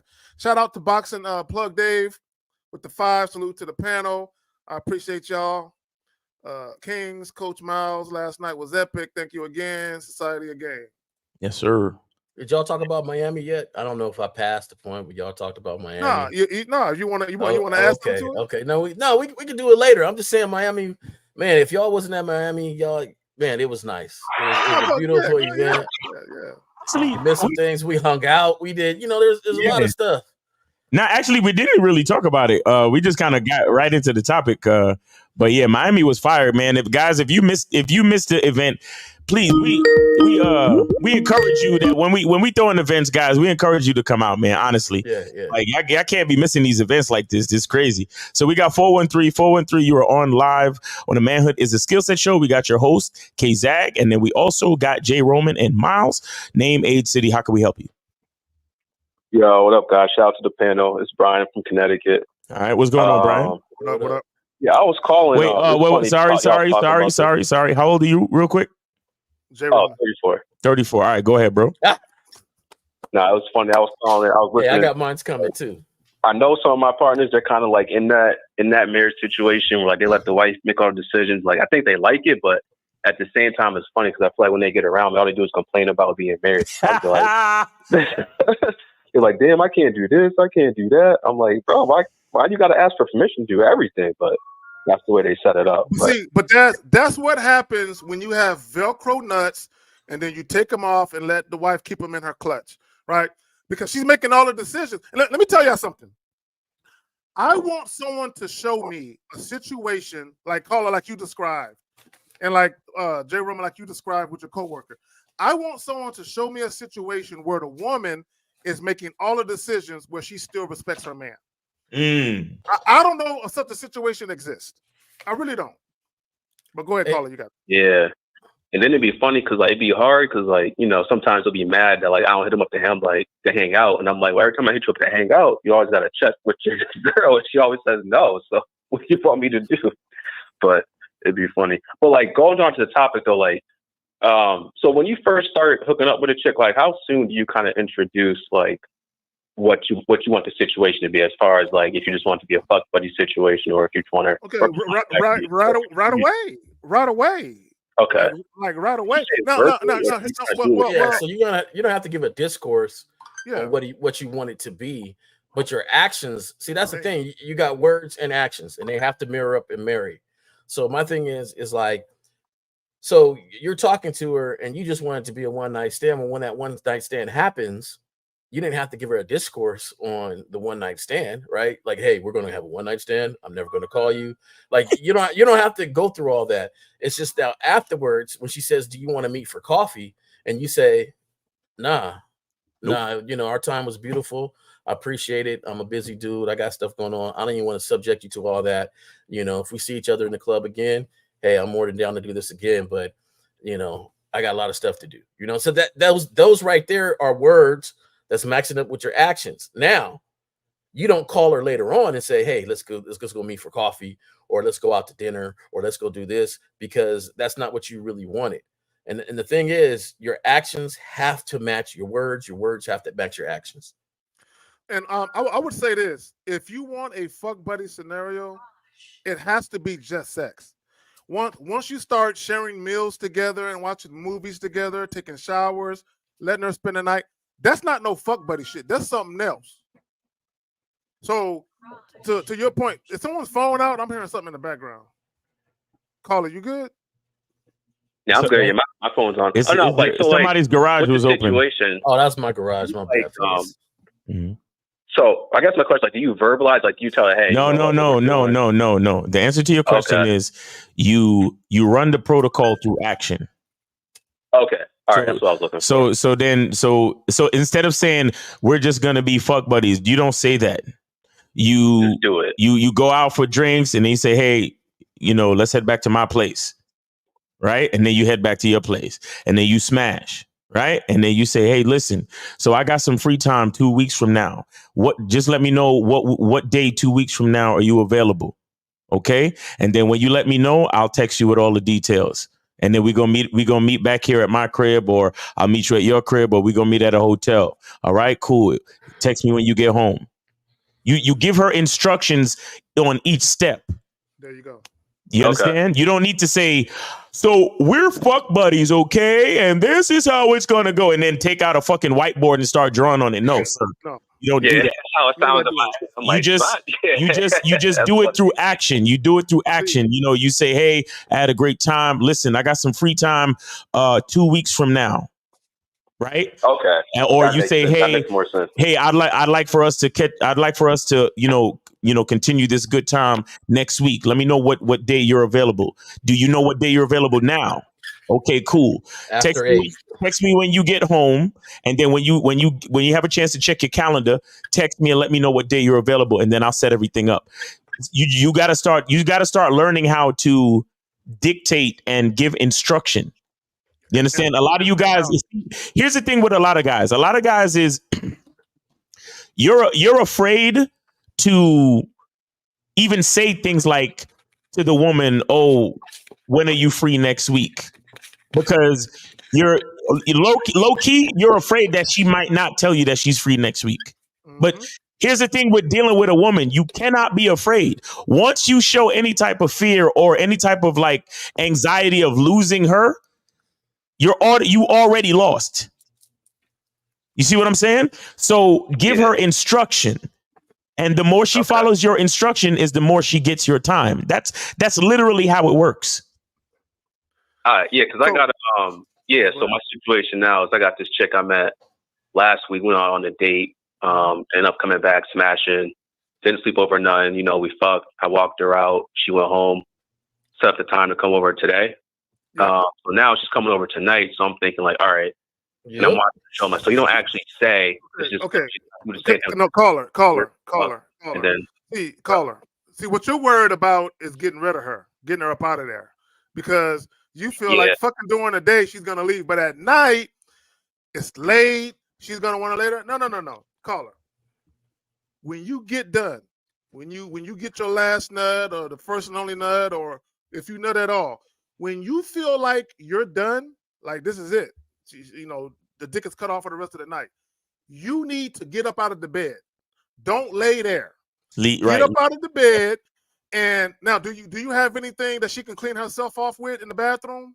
Wet wipes, feminine body wash, anything like that? A towel? Wipes, yeah. No. Okay, so what you do is you get up, you grab some lounge pants or some basketball shorts or whatever, slide them bad boys on and say, hey, look, if you want to freshen up or clean yourself off, I got XYZ in the bathroom. Before you feel go. free to use the bathroom. And so she's already, and again, Miles alluded to it earlier. Your actions are showing her that you don't want her to spend a night, that you don't expect for her to stay. Your actions. So you don't got to tell a woman, hey, you know what? I'm done fucking. You can go home now. Okay? You don't got to do that, right? You don't got to do that. All you got to do is just by your actions. Women aren't dumb. They know what time it is. They know what the assignment is. right? The problem is, and Miles, you said it earlier too, guys are afraid. What guys are afraid of, she might feel some type of way. She might feel cheap. And you can't worry about none of that, right? That's not your concern. Your concern is, I got a script that I'm sticking to. Yep. She needs to be down to be a part of this script because I'm not going to rewrite it for her. But y'all got it. Mm-hmm. Yeah, my thing is, you can't let them hold you emotionally hostage. Yes, sir. And that's where you're so concerned about their emotion, you don't do what you want to do. So you're a hostage to their emotions, and you can't let that happen. Cannot. So and the thing is too, is that, like Zag was saying, if you're done and you want the interaction to end, then it has to end. Like, if not, you're being only held to their emotions. Exactly. Now, I will. My mistake when I was younger, my mistake when I was younger is that I'm greedy, right? We slapping cheeks. I want some more. I want some more. I want the middle of the night. I want it in the morning. I'm greedy. This nigga want to fall asleep in a pussy and shit. No, I want to. I want that wake up stretch and bam, let's do it again. Yeah, no, right. So the thing is, more yeah, I like to smack it in the middle of the night, and but the thing is that I was sending the wrong message to them. Now, when they left in the morning, I'm good. It was still a one night stand for me, but for them, we didn't have intimate moments all through the night. We didn't fell asleep. We didn't woke up. She went to the bathroom. She came out. I smack it again. I go take a shower. She hop in the shower. Like, it leads to all that, where now it's more of a relationship sort of thing. That's exactly what that shit is. Right. But in my head, I'm just smacking for one night. Like, this is it. And Jay Roman, and you got to guard against that, and so you have to stay disciplined. And part of manhood is being disciplined too. Yeah. Like, even though you can smack during the night, be disciplined out and send her home. Jay Roman, in your defense, and if you do like that, it's kind of like how y'all was talking about before. Like, you got to earn that as a man on your other show. Like, you have to be disciplined yourself to earn that yourself. But, like, yeah, caller, real quick, and I want guys to understand something, because when you're young, Jay Roman, I did the same thing you did when I was younger, right? To us, to men, it's just sex, right? We don't look at it no other way but that, right? But what we don't, now that we're older, we should understand that all that extracurricular shit in between the sex, that's that non-sexual intimacy that women covet so much. It's that shit that changes the dynamic of what you got going on, where you can no longer call it a sexual relationship. It's some more shit. You done already blurred the lines as to what you want it to be. But as men, we, especially when you're younger, you don't look at it that way. You look, I'm just fucking, it ain't nothing to me. But to her, she thinks she has options. And this is the thing I said. Miles and Lucario did a show yesterday, and I said this about women. You cannot give women options. You cannot, right? So if all you want to do is have sex with them, the only thing, door number one, behind that door is some dick. You never offer women door number two, dick and possibilities. Once a woman realizes possibilities is possible, then she's gonna seek to try and get that from you. Yeah. But y'all got and that's what happens, that possibility. See, I go take me a spoon of peanut butter. I'm sitting back in the bed. She's laying on my chest, rubbing on my chest here, and I'm thinking she's doing it so I can get rock. Well, in my head, I'm just waiting to get rock. In her head, she's building something. Exact. There you go. Yes. And then, so then later on, and the complexity, man. Manhood is complexity, man. And so then later on, when she's starting to be upset when it's time to leave, or later on, we're kicking her out a little bit earlier, or later on, when you're in this accidental relationship, you want to blame her for being crazy. Yeah. And that's the part that kind of a lot of dudes don't realize the part they play. Exactly. And the wording is so funny. Earlier, you said, I had a partner, right? And when I call him, he lets her make all decisions. Even saying the word he lets her means that we all know he's supposed to be the one making the decisions. By referring to her and letting her make the decisions, he relinquished his power of making that decision. Facts. Yeah. So, facts. Yep. Word, Yeah, but good man. looks, y'all. Y'all help me out. Appreciate y'all. Yes, sir. Appreciate it, caller. Thanks for your call. Thanks for supporting the show, bro. Take it easy. Yeah, man. Hey, caller. You already took him off? He's gone, yeah. Hey, I just wanted to tell him personally so he could hear it. Next time, Miles and Lucario throws an event, you might want to be there. You might want to be there. That's facts.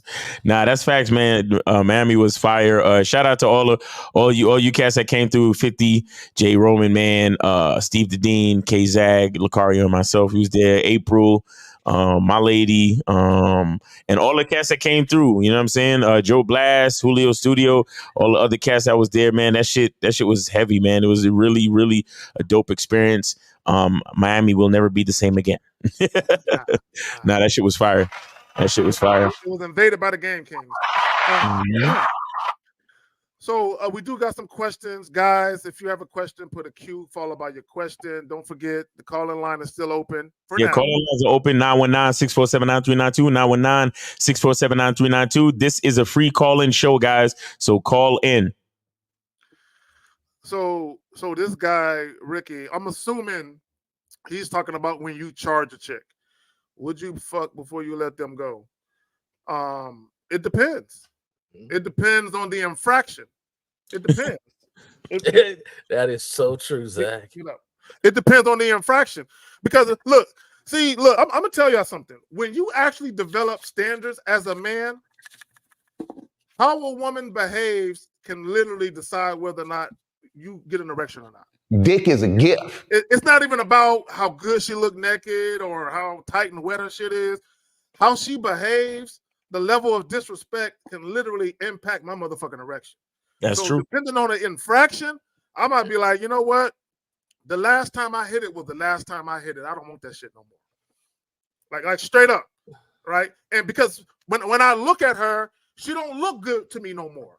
That ass, it looked fat 2 weeks ago. It look flat now. You know what I'm saying? Like for real. Like for me, when I look at her, I can't look at her the same. If there's been a level of disrespect, like I don't want nothing to do with her. That's why I don't believe in makeup sex. I think that shit is corny as fuck. Right? But I also believe that makeup sex robs a man of his authority. I really believe that shit because a lot of times when you think about makeup sex, it's two people that are mad at each other. They're not really talking. And instead of hashing out what the issue is, they just kind of let it subside and start fucking again. I can't do that. Right, and then you never get to resolve the issue. Exactly, because if I got an issue with something she said or did, I can't give her no more dick until we resolve that shit. We got to resolve it. Exactly. Right. And to her now, when you're dealing with a woman that really enjoys you, she's gonna resolve it real quick because she don't want too much time to go by. You know what I'm saying? But you know, it is what it is. So yeah, it depends on the infraction. Let's get to the next question. So he says, so when she leaves and comes back, no matter if she left respectful, she is unqualified to go past level. No. Okay, and I'll just speak for myself. I'm not gonna speak for Miles and Jay. So let me be clear, okay, about my position.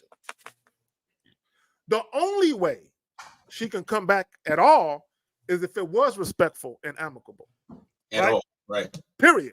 Now, let's say we were dating, we were going out, kicking it, enjoying. If she comes back, she has to start off as fuck buddy again. That means there is no dates. So for all you guys, when you say, yo, this girl that I used to fuck with 2 years ago. All right.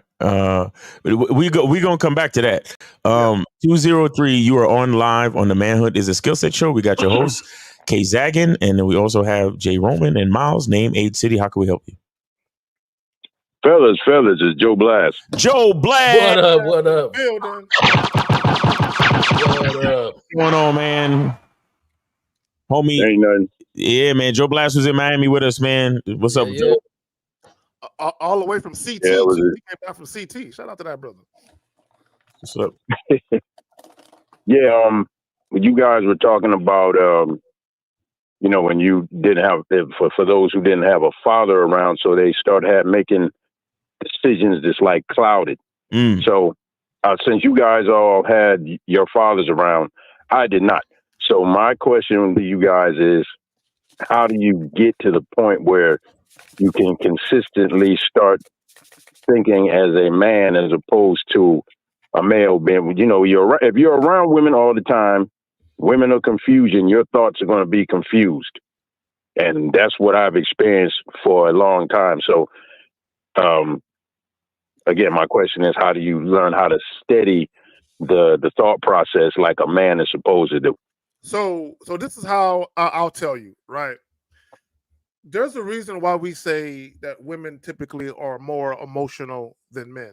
Now, there are exceptions. Now, this does not mean that women are devoid of practicality. Okay, women can be logical too, but by and large, women are governed by their emotions. Yeah. Right? More so than men. That's not to say that men aren't, but more so than men, women are governed by their emotions, which is why when you have mother-raised Negroes, they act a little different.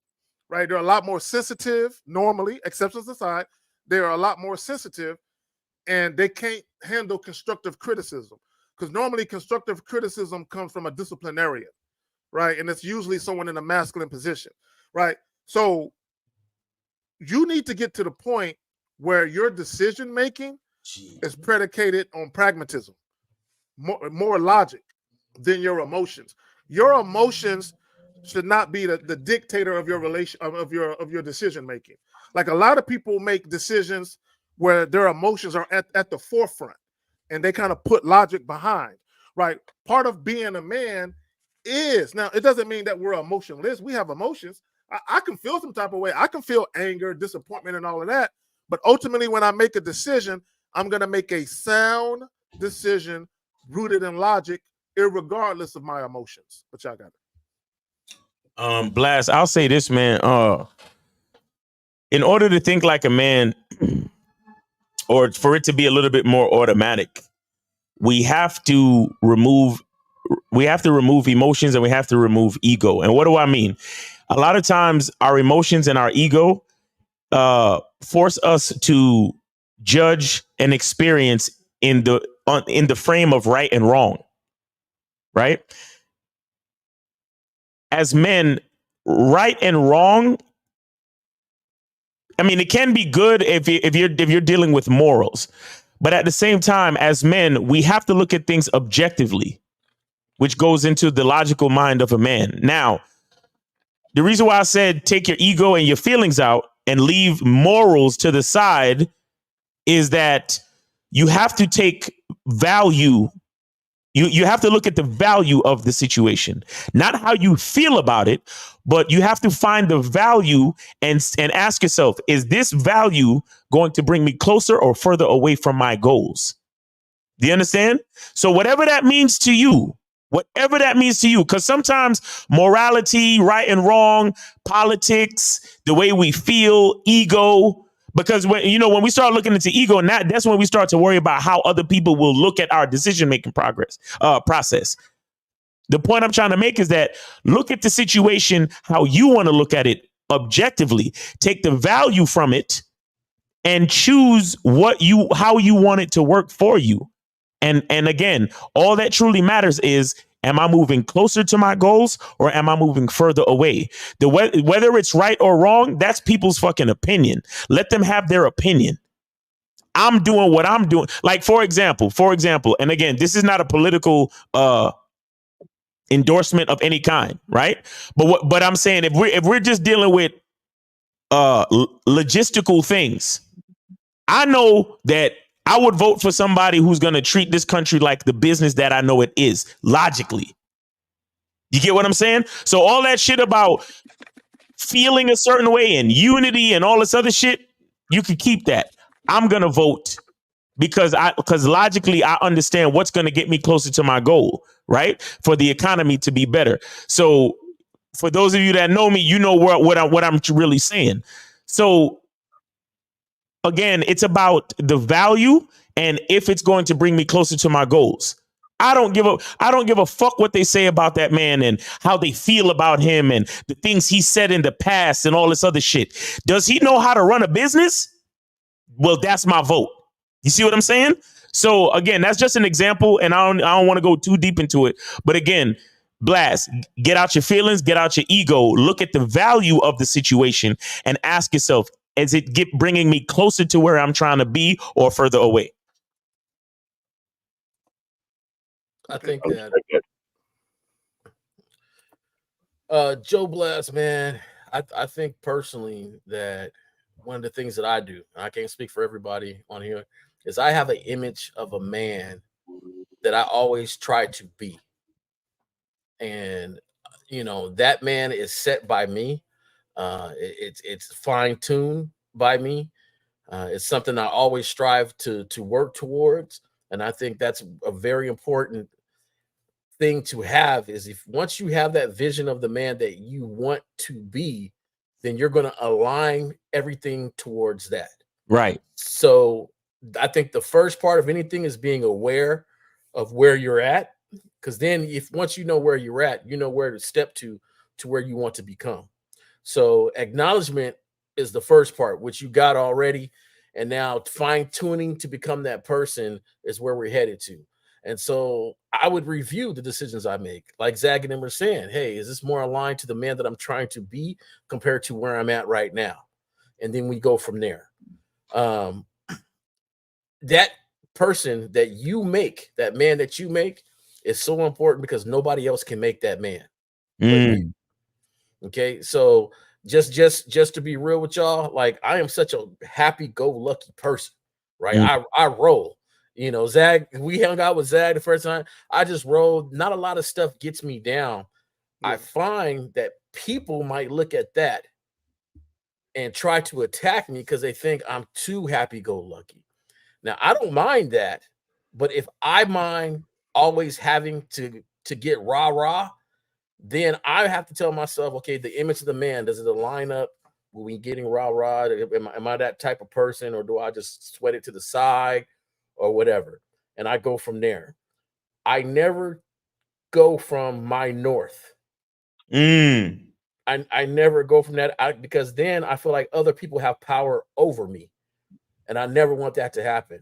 So I don't change my personality or change who I am for somebody else. Now, if you touch me, it's going to be on. But at the same time, I'm still going to be me. I'm not going to walk in and be some, let me look at you super hard type dude. Like that's not me. But just don't touch me. You know what I'm saying? So my thing is, when you get that person aligned up, step toward them. And the thing is, nobody can do it but you. And it's little things. It's little things. It's like Zag was saying earlier, the decisions you make, making sure the emotions are out of it, making sure you think logically, make sure that whatever that image is, step toward it daily, just daily. I'm always working on myself. Yeah. But also, Joe Blast, you can't be worried about what other people think. Their opinions have to be null and void to you. Like you can, like, and prior to my mama passing away, we would have disagreements, and I would tell her, Mom, I love you, I respect your opinion, but you had your chance. Okay, you had your chance to raise me.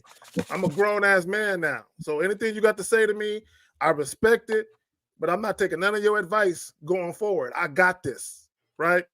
And she felt some type of way about it at first, but I let her sit with that. You know what I'm saying? Because I'm still going to do me, right? So and here's the thing: like when you make a decision to be a certain type of man from where you've been before, what's going to happen is there are going to be people in your life who move away from you.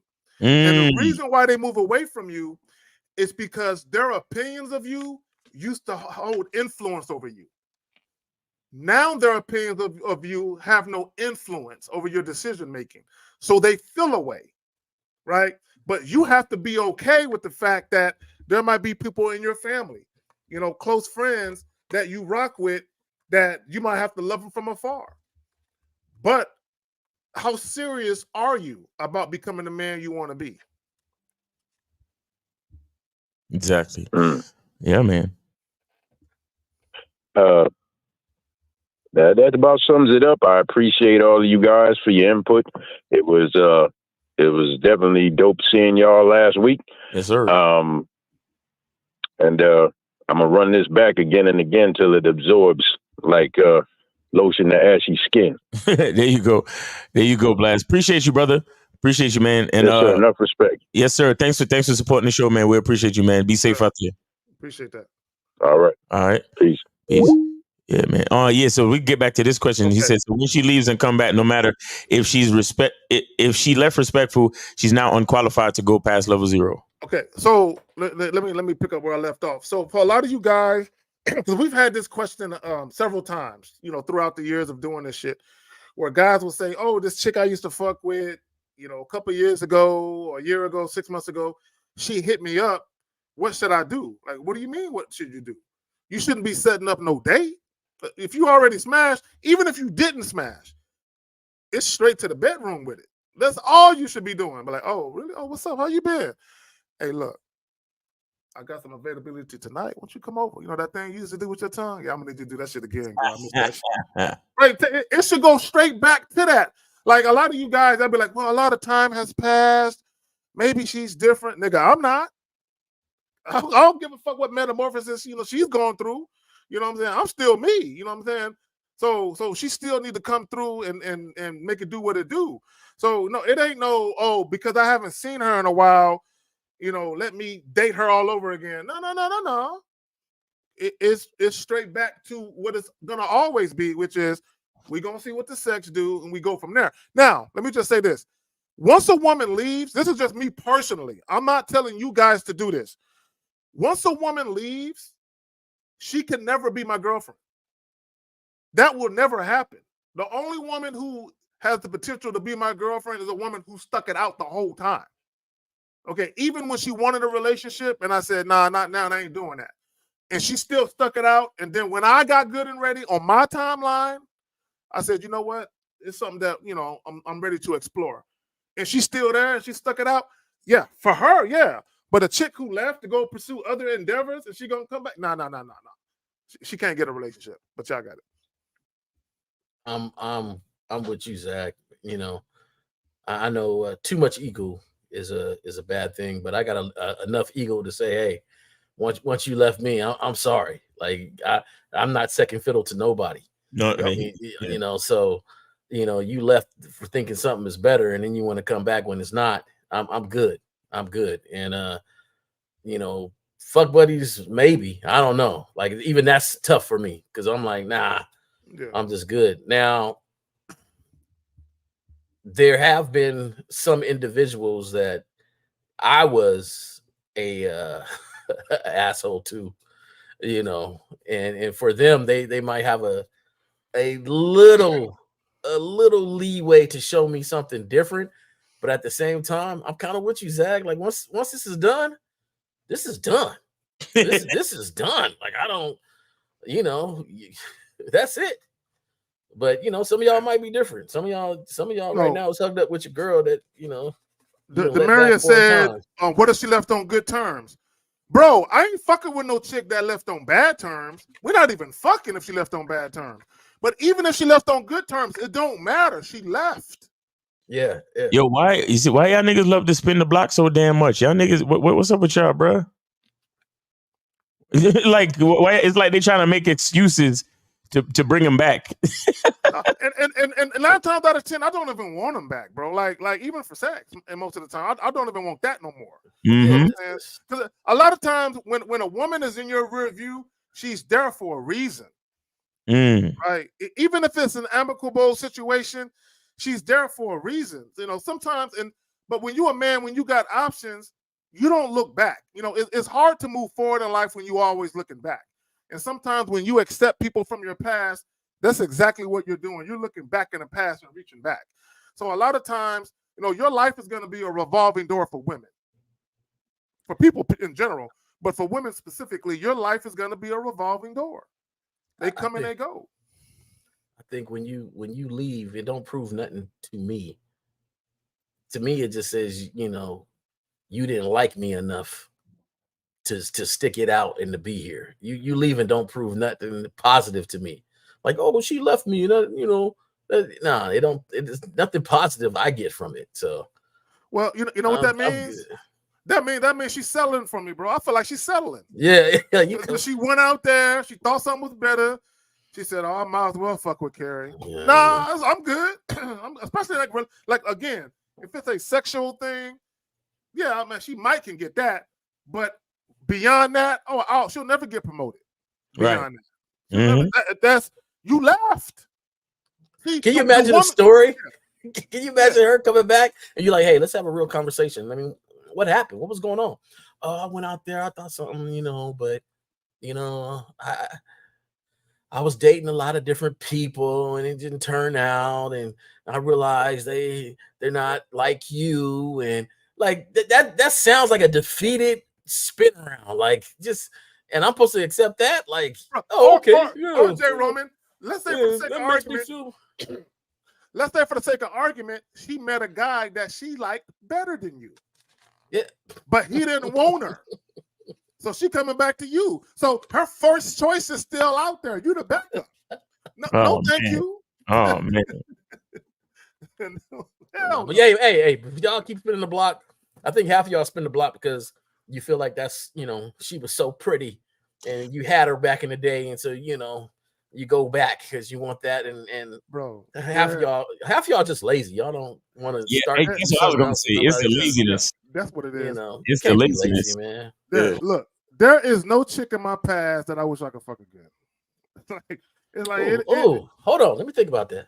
No, I like to be 100% funky with the folks, man. Let me think about it. Is there anybody in the I got at least one or two. I'm sorry. I got now would I for real? No. Yeah. But in my mind, like, yo, that was some good shit though. Like, yeah, I'm trying to think like something that just.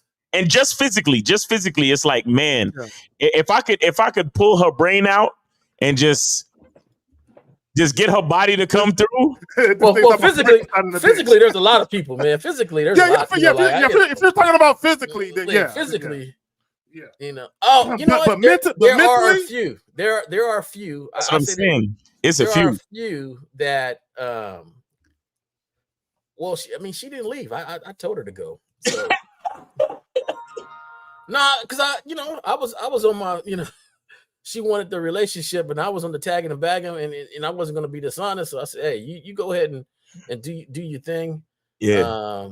And there's a couple that might have moved away when I was younger, but nothing on no serious. We was in a relationship. They left and then came. Well, no, I'm good. Yeah, but if you're talking about years later, they don't look the same. Like that shit don't look quite the same as it did. 5, 10, 15 years ago. It's like, I'm a firm believer. If you help make it, then you should hug it and love it. But if I didn't help make that thing, I'm sorry. There you go. Work it out. There you go. So, all right, let's get on to the next joint. Yeah, y'all got to start moving forward and leave these chicks in the past, man. So, hold on real quick. So Caleb says, would y'all say a woman who wants the truth has some level of game to her? In a sense that she's realistic and she lives in reality. Look, let me tell y'all something. Okay, and both men and women are guilty of this. This is why a lot of people's dating lives are so miserable. Because a lot of people have this romanticized view of how they would want things to be. But reality shows you that just ain't gonna happen for you. Like reality shows you that. Whether it's your own personal reality or just reality in society, at large. Right. So my thing is a woman who wants the truth and is willing to accept the truth. Right. Because you can want the truth and reject it. You know what I'm saying? I want guys to understand that. A woman can say, I want to know if you fucking with other chicks. And then you say, yeah, you're not the only one. I can't fuck with you. She's rejecting the truth. Right. She's rejecting it. Right. Right. Yeah. It's not every time. It's not every time the woman who wants the truth has it's not every single time. And then again, it depends on what she wants the truth for. There you go. You get what I'm saying? It depends on her intention. But again, run your program the way you run your program. It doesn't really matter what a woman wants. It matters how you run your program. See, you guys continue to ask questions like this. That just it reveals that you continue to pedestal the woman because you're still concerned about what she's trying to do. Tell a woman the truth because that's how you get down, not because that's what she's expecting. And if you worried about if she got some level of game and all this other shit, do what you do. Follow your program. Well, and let me just say this: even when establishing boundaries, when you are establishing boundaries, the woman is the last person on your mind. Mm-hmm. Like she's guys. When you are establishing boundaries in your life, okay, whether it involves women or not. Nobody should be on your mind but you and what you want. You should be so selfish. It's okay to be selfish. Everybody is selfish. Now, there are times where you might be selfless, but everybody is selfish because everybody wants what they want. But the thing is, your boundaries should be predicated on what you want, never what the woman wants. Never. I think she shouldn't want the truth. The truth should already be there. Mm-hmm. When you're at your apex of game, you know.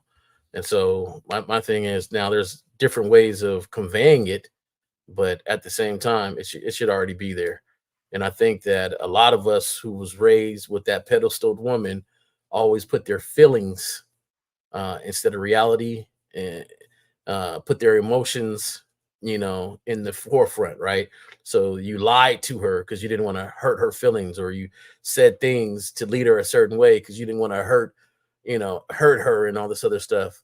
And so you started to build on saying untruthful things. And so, you know, now you should recognize, you know, especially any youngster, man, starting off with this game, you should already know, let me just start off with the truth, tell you the truth, and then go from there so I can find somebody that really wants to rock with me. Mm-hmm. Look, let me say something. I want guys to understand. When you're dealing with women, as long as you're not going out of your way to be malicious and cruel, you can't really concern yourself about a woman having hurt feelings. You really can't concern yourself with that, because sometimes you're going to tell women the truth about something and they're going to call you mean. And you didn't say it mean. You didn't curse her out. You didn't yell at her. You didn't do none of that. You just said, no, I ain't doing that. You're mean. Half these women, man. But you didn't do nothing. It's just she can't get her way. That's why you're mean to her in that moment. Half these women will act in front of you, but then turn around and tell their girlfriends that you should have said what you said. No, they agree with it. Deep down inside, they agree with it. They'd agree with it. So, like, you know, like he should have put me in. Just think about the times you hear about a story where a woman really admits what happened and the things he said, and she was like, yeah, he was right, though. You know, bro. But she'll turn around to him and be emotion like, you know, oh, it hurt me, but yeah, you know, he was right, and that's the thing, like, bro, I don't concern yourself with what they think. Roman, be honest to yourself. When I was in the military, when I was about 20 years old, I was introduced to this chick, Sexy Bitch from Boston. I was introduced to her, and the moment I was introduced to her, she started talking shit. And I'm looking at it, and I cursed her out. I cursed the bitch out. I said, don't you ever in your motherfucking life talk to me like that. And bro, she put her hand on my chest. She said, oh, you turning me on. I deserve that. And I looked at the bitch like, I'm 20, so, you know, I had a little game, but I didn't have nowhere near the game I had now. Right. But it turned her on for me to check her. I mean, I ain't the fucking, but I wouldn't do that again. You know, because of course, you should never be in that position where you're cursing the chick out you just met. But but yeah, I cursed her out, and later on that night we was fucking. But my point is, to your point, Jay Roman. See, there's a lot of things that happen with women where it's a subconscious thing. It's not necessarily a conscious thought, but it's a subconscious thing where something occurs and they just like it. They gravitate to it. Sometimes they don't know why. Sometimes they do, right? But they like it. So to your point, and I've seen many of videos where women have said, yeah, I like when a man puts me in my place. I need to be put in my place, right? So two things can be true at the same time. A woman could be spoiled. She can be a brat and want her way, right? And at the same time, she like being checked by a real nigga. You know what I'm saying? Yep. All right, we get to the next joint. All right, cool. But we OT coming up fast, so let's go. So he says, Zag, I know your family, you're familiar. Okay, I said family. You're familiar with Sinful to P. When he says a man dealing with a woman or women, you can't escape stupid bitch season. Do you give your woman more grace than others during that season? No, bro, I don't. Look, Bro, like, and I'm familiar with them, but I'm not familiar with what you're saying, bro. No. Here's the thing: when we talk about grace, nobody's infallible. We're all imperfect. Okay, we're all gonna make mistakes. So, do I give people grace to be a human being? Meaning you're gonna make mistakes, sure, but I don't give nobody no grace to be disrespectful. Yeah, you don't get no grace for that shit. Because here's the thing about being disrespectful. There will be certain things that people do because they don't know you that well that you may deem as disrespectful, but they don't know it. But when you check them on it, that's where you're establishing the boundaries. And there are other things that people do that are so egregious, they gotta know it's disrespectful. I don't give nobody no grace for that shit. Y'all got right. Real talk.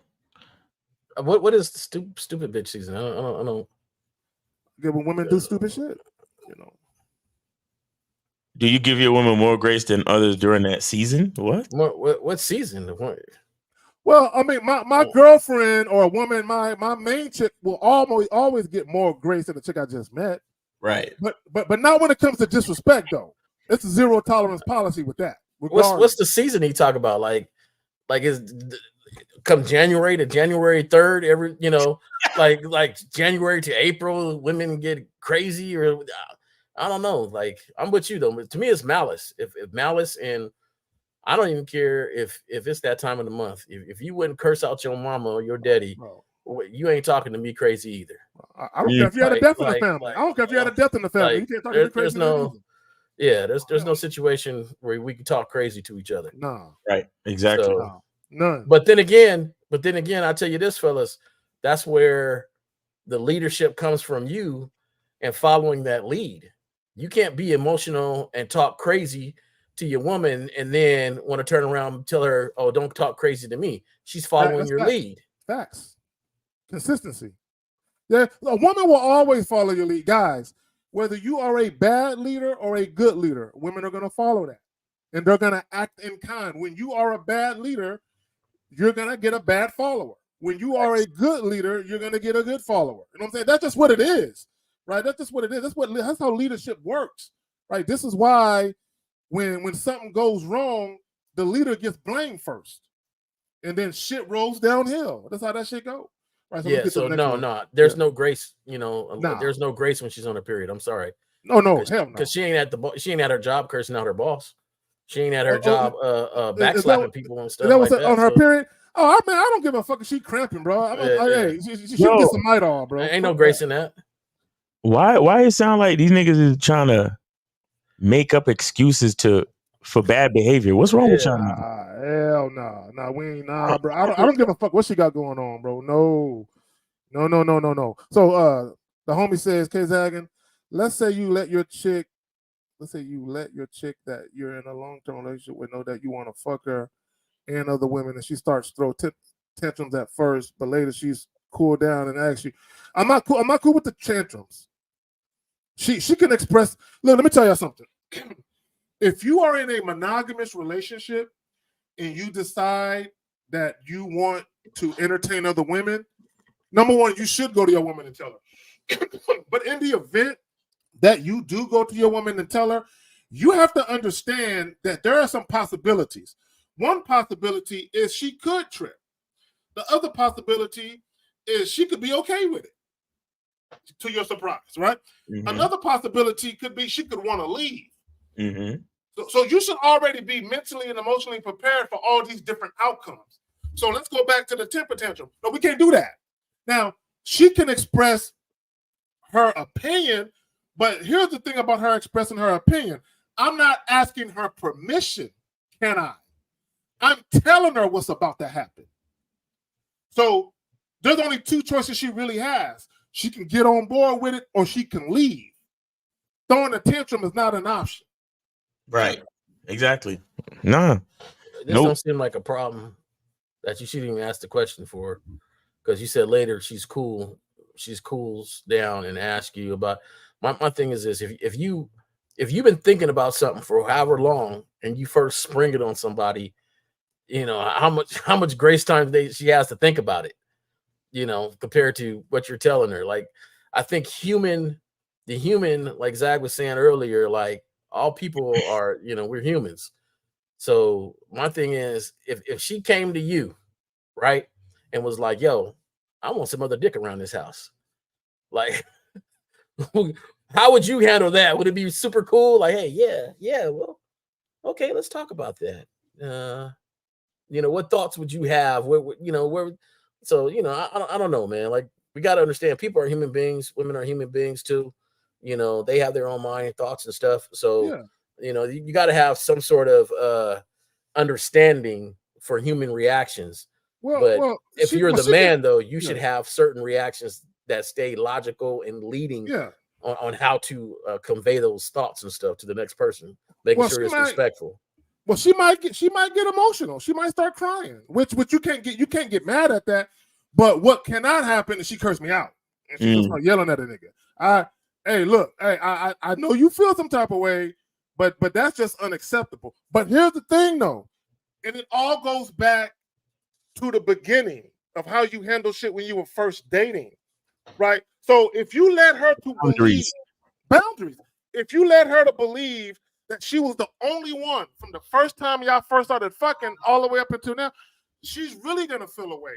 But if you guys were dating, if she knew that you were dating other women and fucking other women, and you was doing that for several months or even a year, and you still dealing with her, and she knows you've been doing that, she's liable to take it differently than if you just acted like you was never about that type of lifestyle. Right, so but Miles hit the nail on the head. It goes back to boundaries. What did you let her see in the beginning? What boundaries did you set or not set in the beginning? Because a lot of that has to do with what happens in the future. Because here's the thing about relationships: I reserve the right to renegotiate shit. Right, I reserve that right. So if we establish something in the beginning, but because of my evolution and my growth and my maturation, if I feel certain things no longer serve me, I reserve that right to talk about that shit. Hey, look, some shit got to change around here. Like, I'll give you an example. I'll give you a prime example. And my ex, she had a problem with this, but we had to do it. I'll use Valentine's Day as an example. One day I woke up and I decided I don't want to celebrate that shit no more. Right? At least not how we were doing it, right? Because I felt like she got too spoiled on feeling like it was all about her, right? So I went to her one day and I said, look, I said, from now on, this is why you don't give women options, right? You just tell them what it is and they either cool with it or not. I said, from now on, when we do Valentine's Day, this is how we going to do it. We're going to go out to a nice restaurant. We're going to eat. We're going to drink. We're going to have a grand time. When that bill comes, we splitting that shit down the middle. Okay?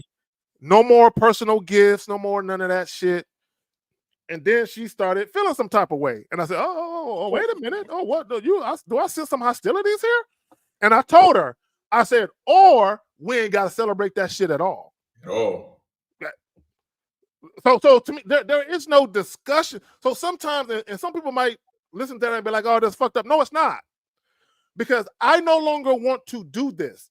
I'm not going to be in a relationship where I'm doing something that I'm diametrically opposed to and it's fucking with my spirit. I got to change that shit, right? So she felt some type of way but what I said stood pat. See, I don't celebrate Valentine's Day at all. And I stick to it. Now, sometimes I get a Valentine's gift, sometimes I don't. But if that's what you celebrated, then cool. But I don't do that. And that's the thing. Like, I think people need to understand, just because somebody does it don't mean you have to do it. Just because, once you set your limits, your boundaries, your terms, you got to stick to it. Because once you start to waver, then everything else is under debate about wavering. Right. Well, and here's the thing. I don't mind being thoughtful and considerate of the woman that's in my life. You know what I'm saying? If we care about each other to that capacity. Yeah.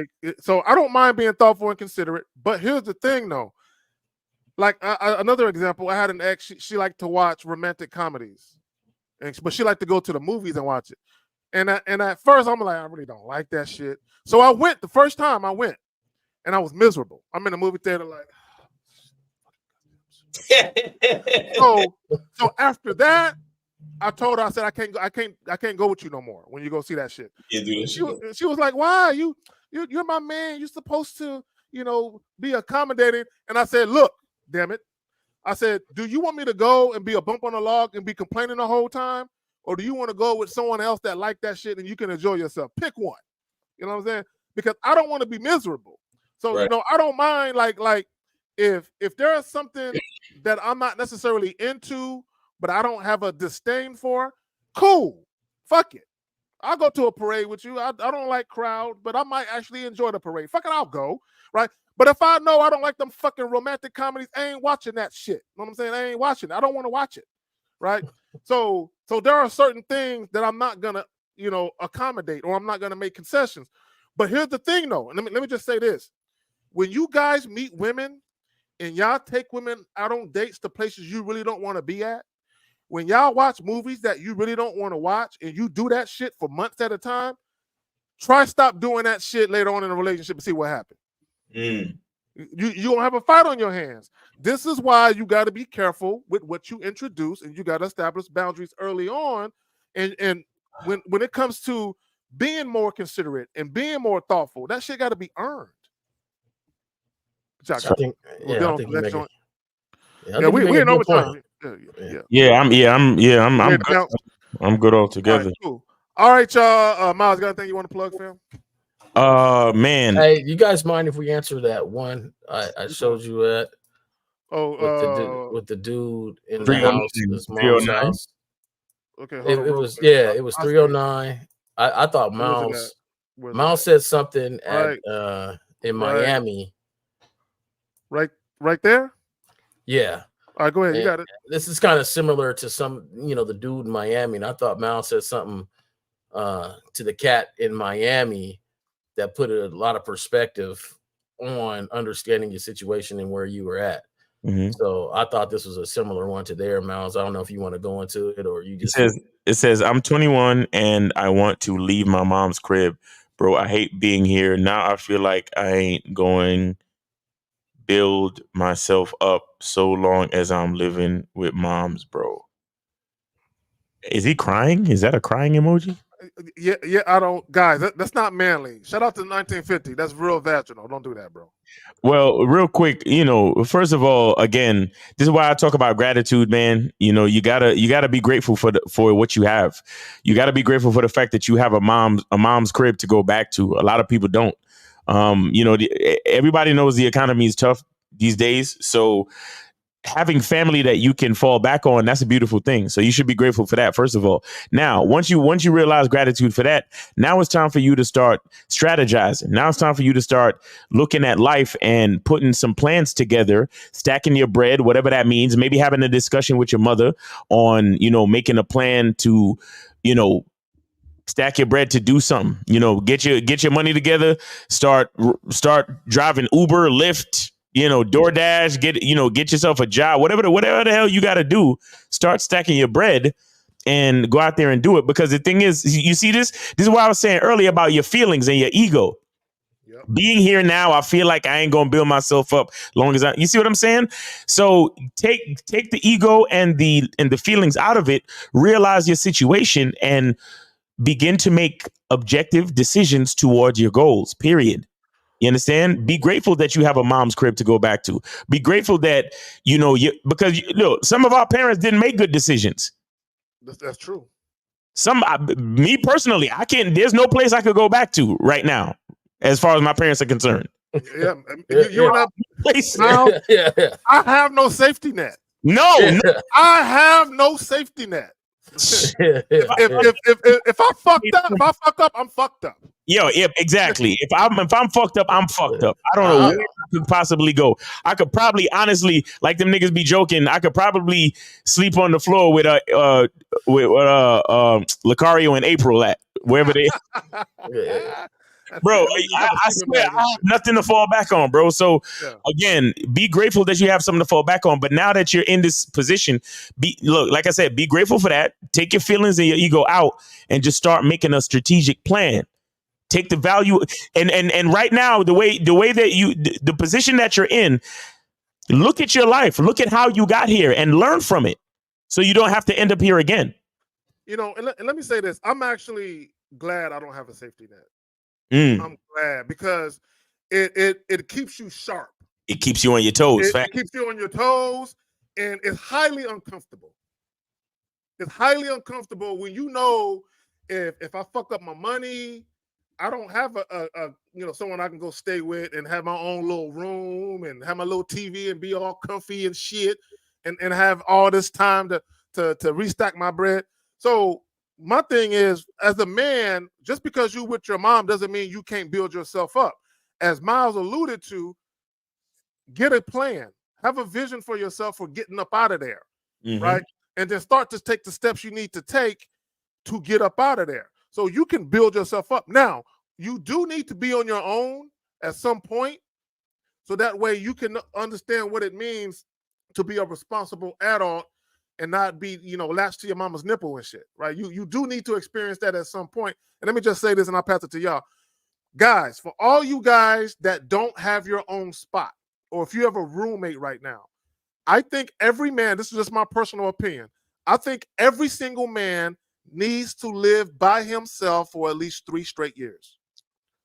By yourself, with nobody helping you split bills, nobody to run back to, no girlfriend, no roommate, no, just you by yourself, so you can get a better handle on who you are and also what it's like to live in solitude and actually enjoy solitude. Y'all got it, man. Now, the first thing when Miles is talking about, no safety net is that, when you got a tribe and you really ain't got no safety net, you got a whole tribe coming with you. I remember when we lived with a family friend, a whole nother family. My family lived with a whole nother family. It was all of us in one room.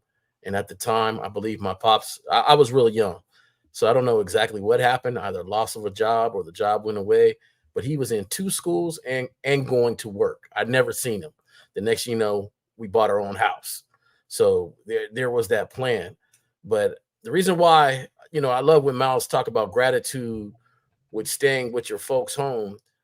The reason why it's uncomfortable, you probably with you and your mom at her home, is that she's probably on your head about doing something.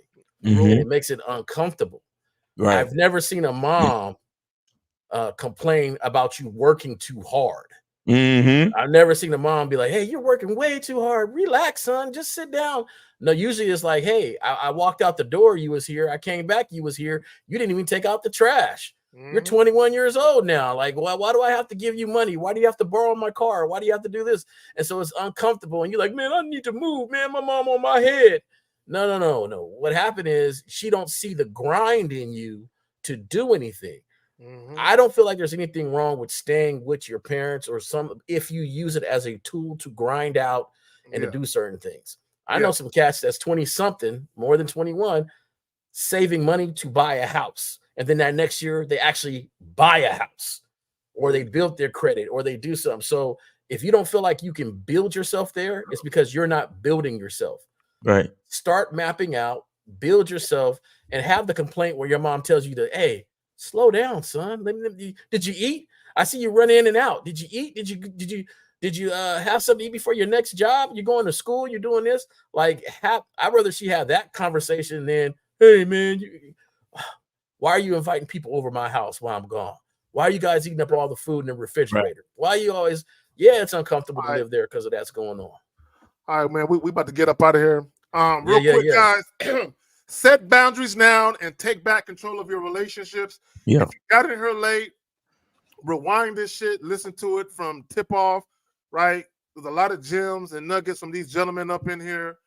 We appreciate all y'all watching, everyone who super chatted, all the moderators, Steve the Dean in the building. All right, fam, we're going to holler at y'all. On that note, we out this motherfucker. Peace.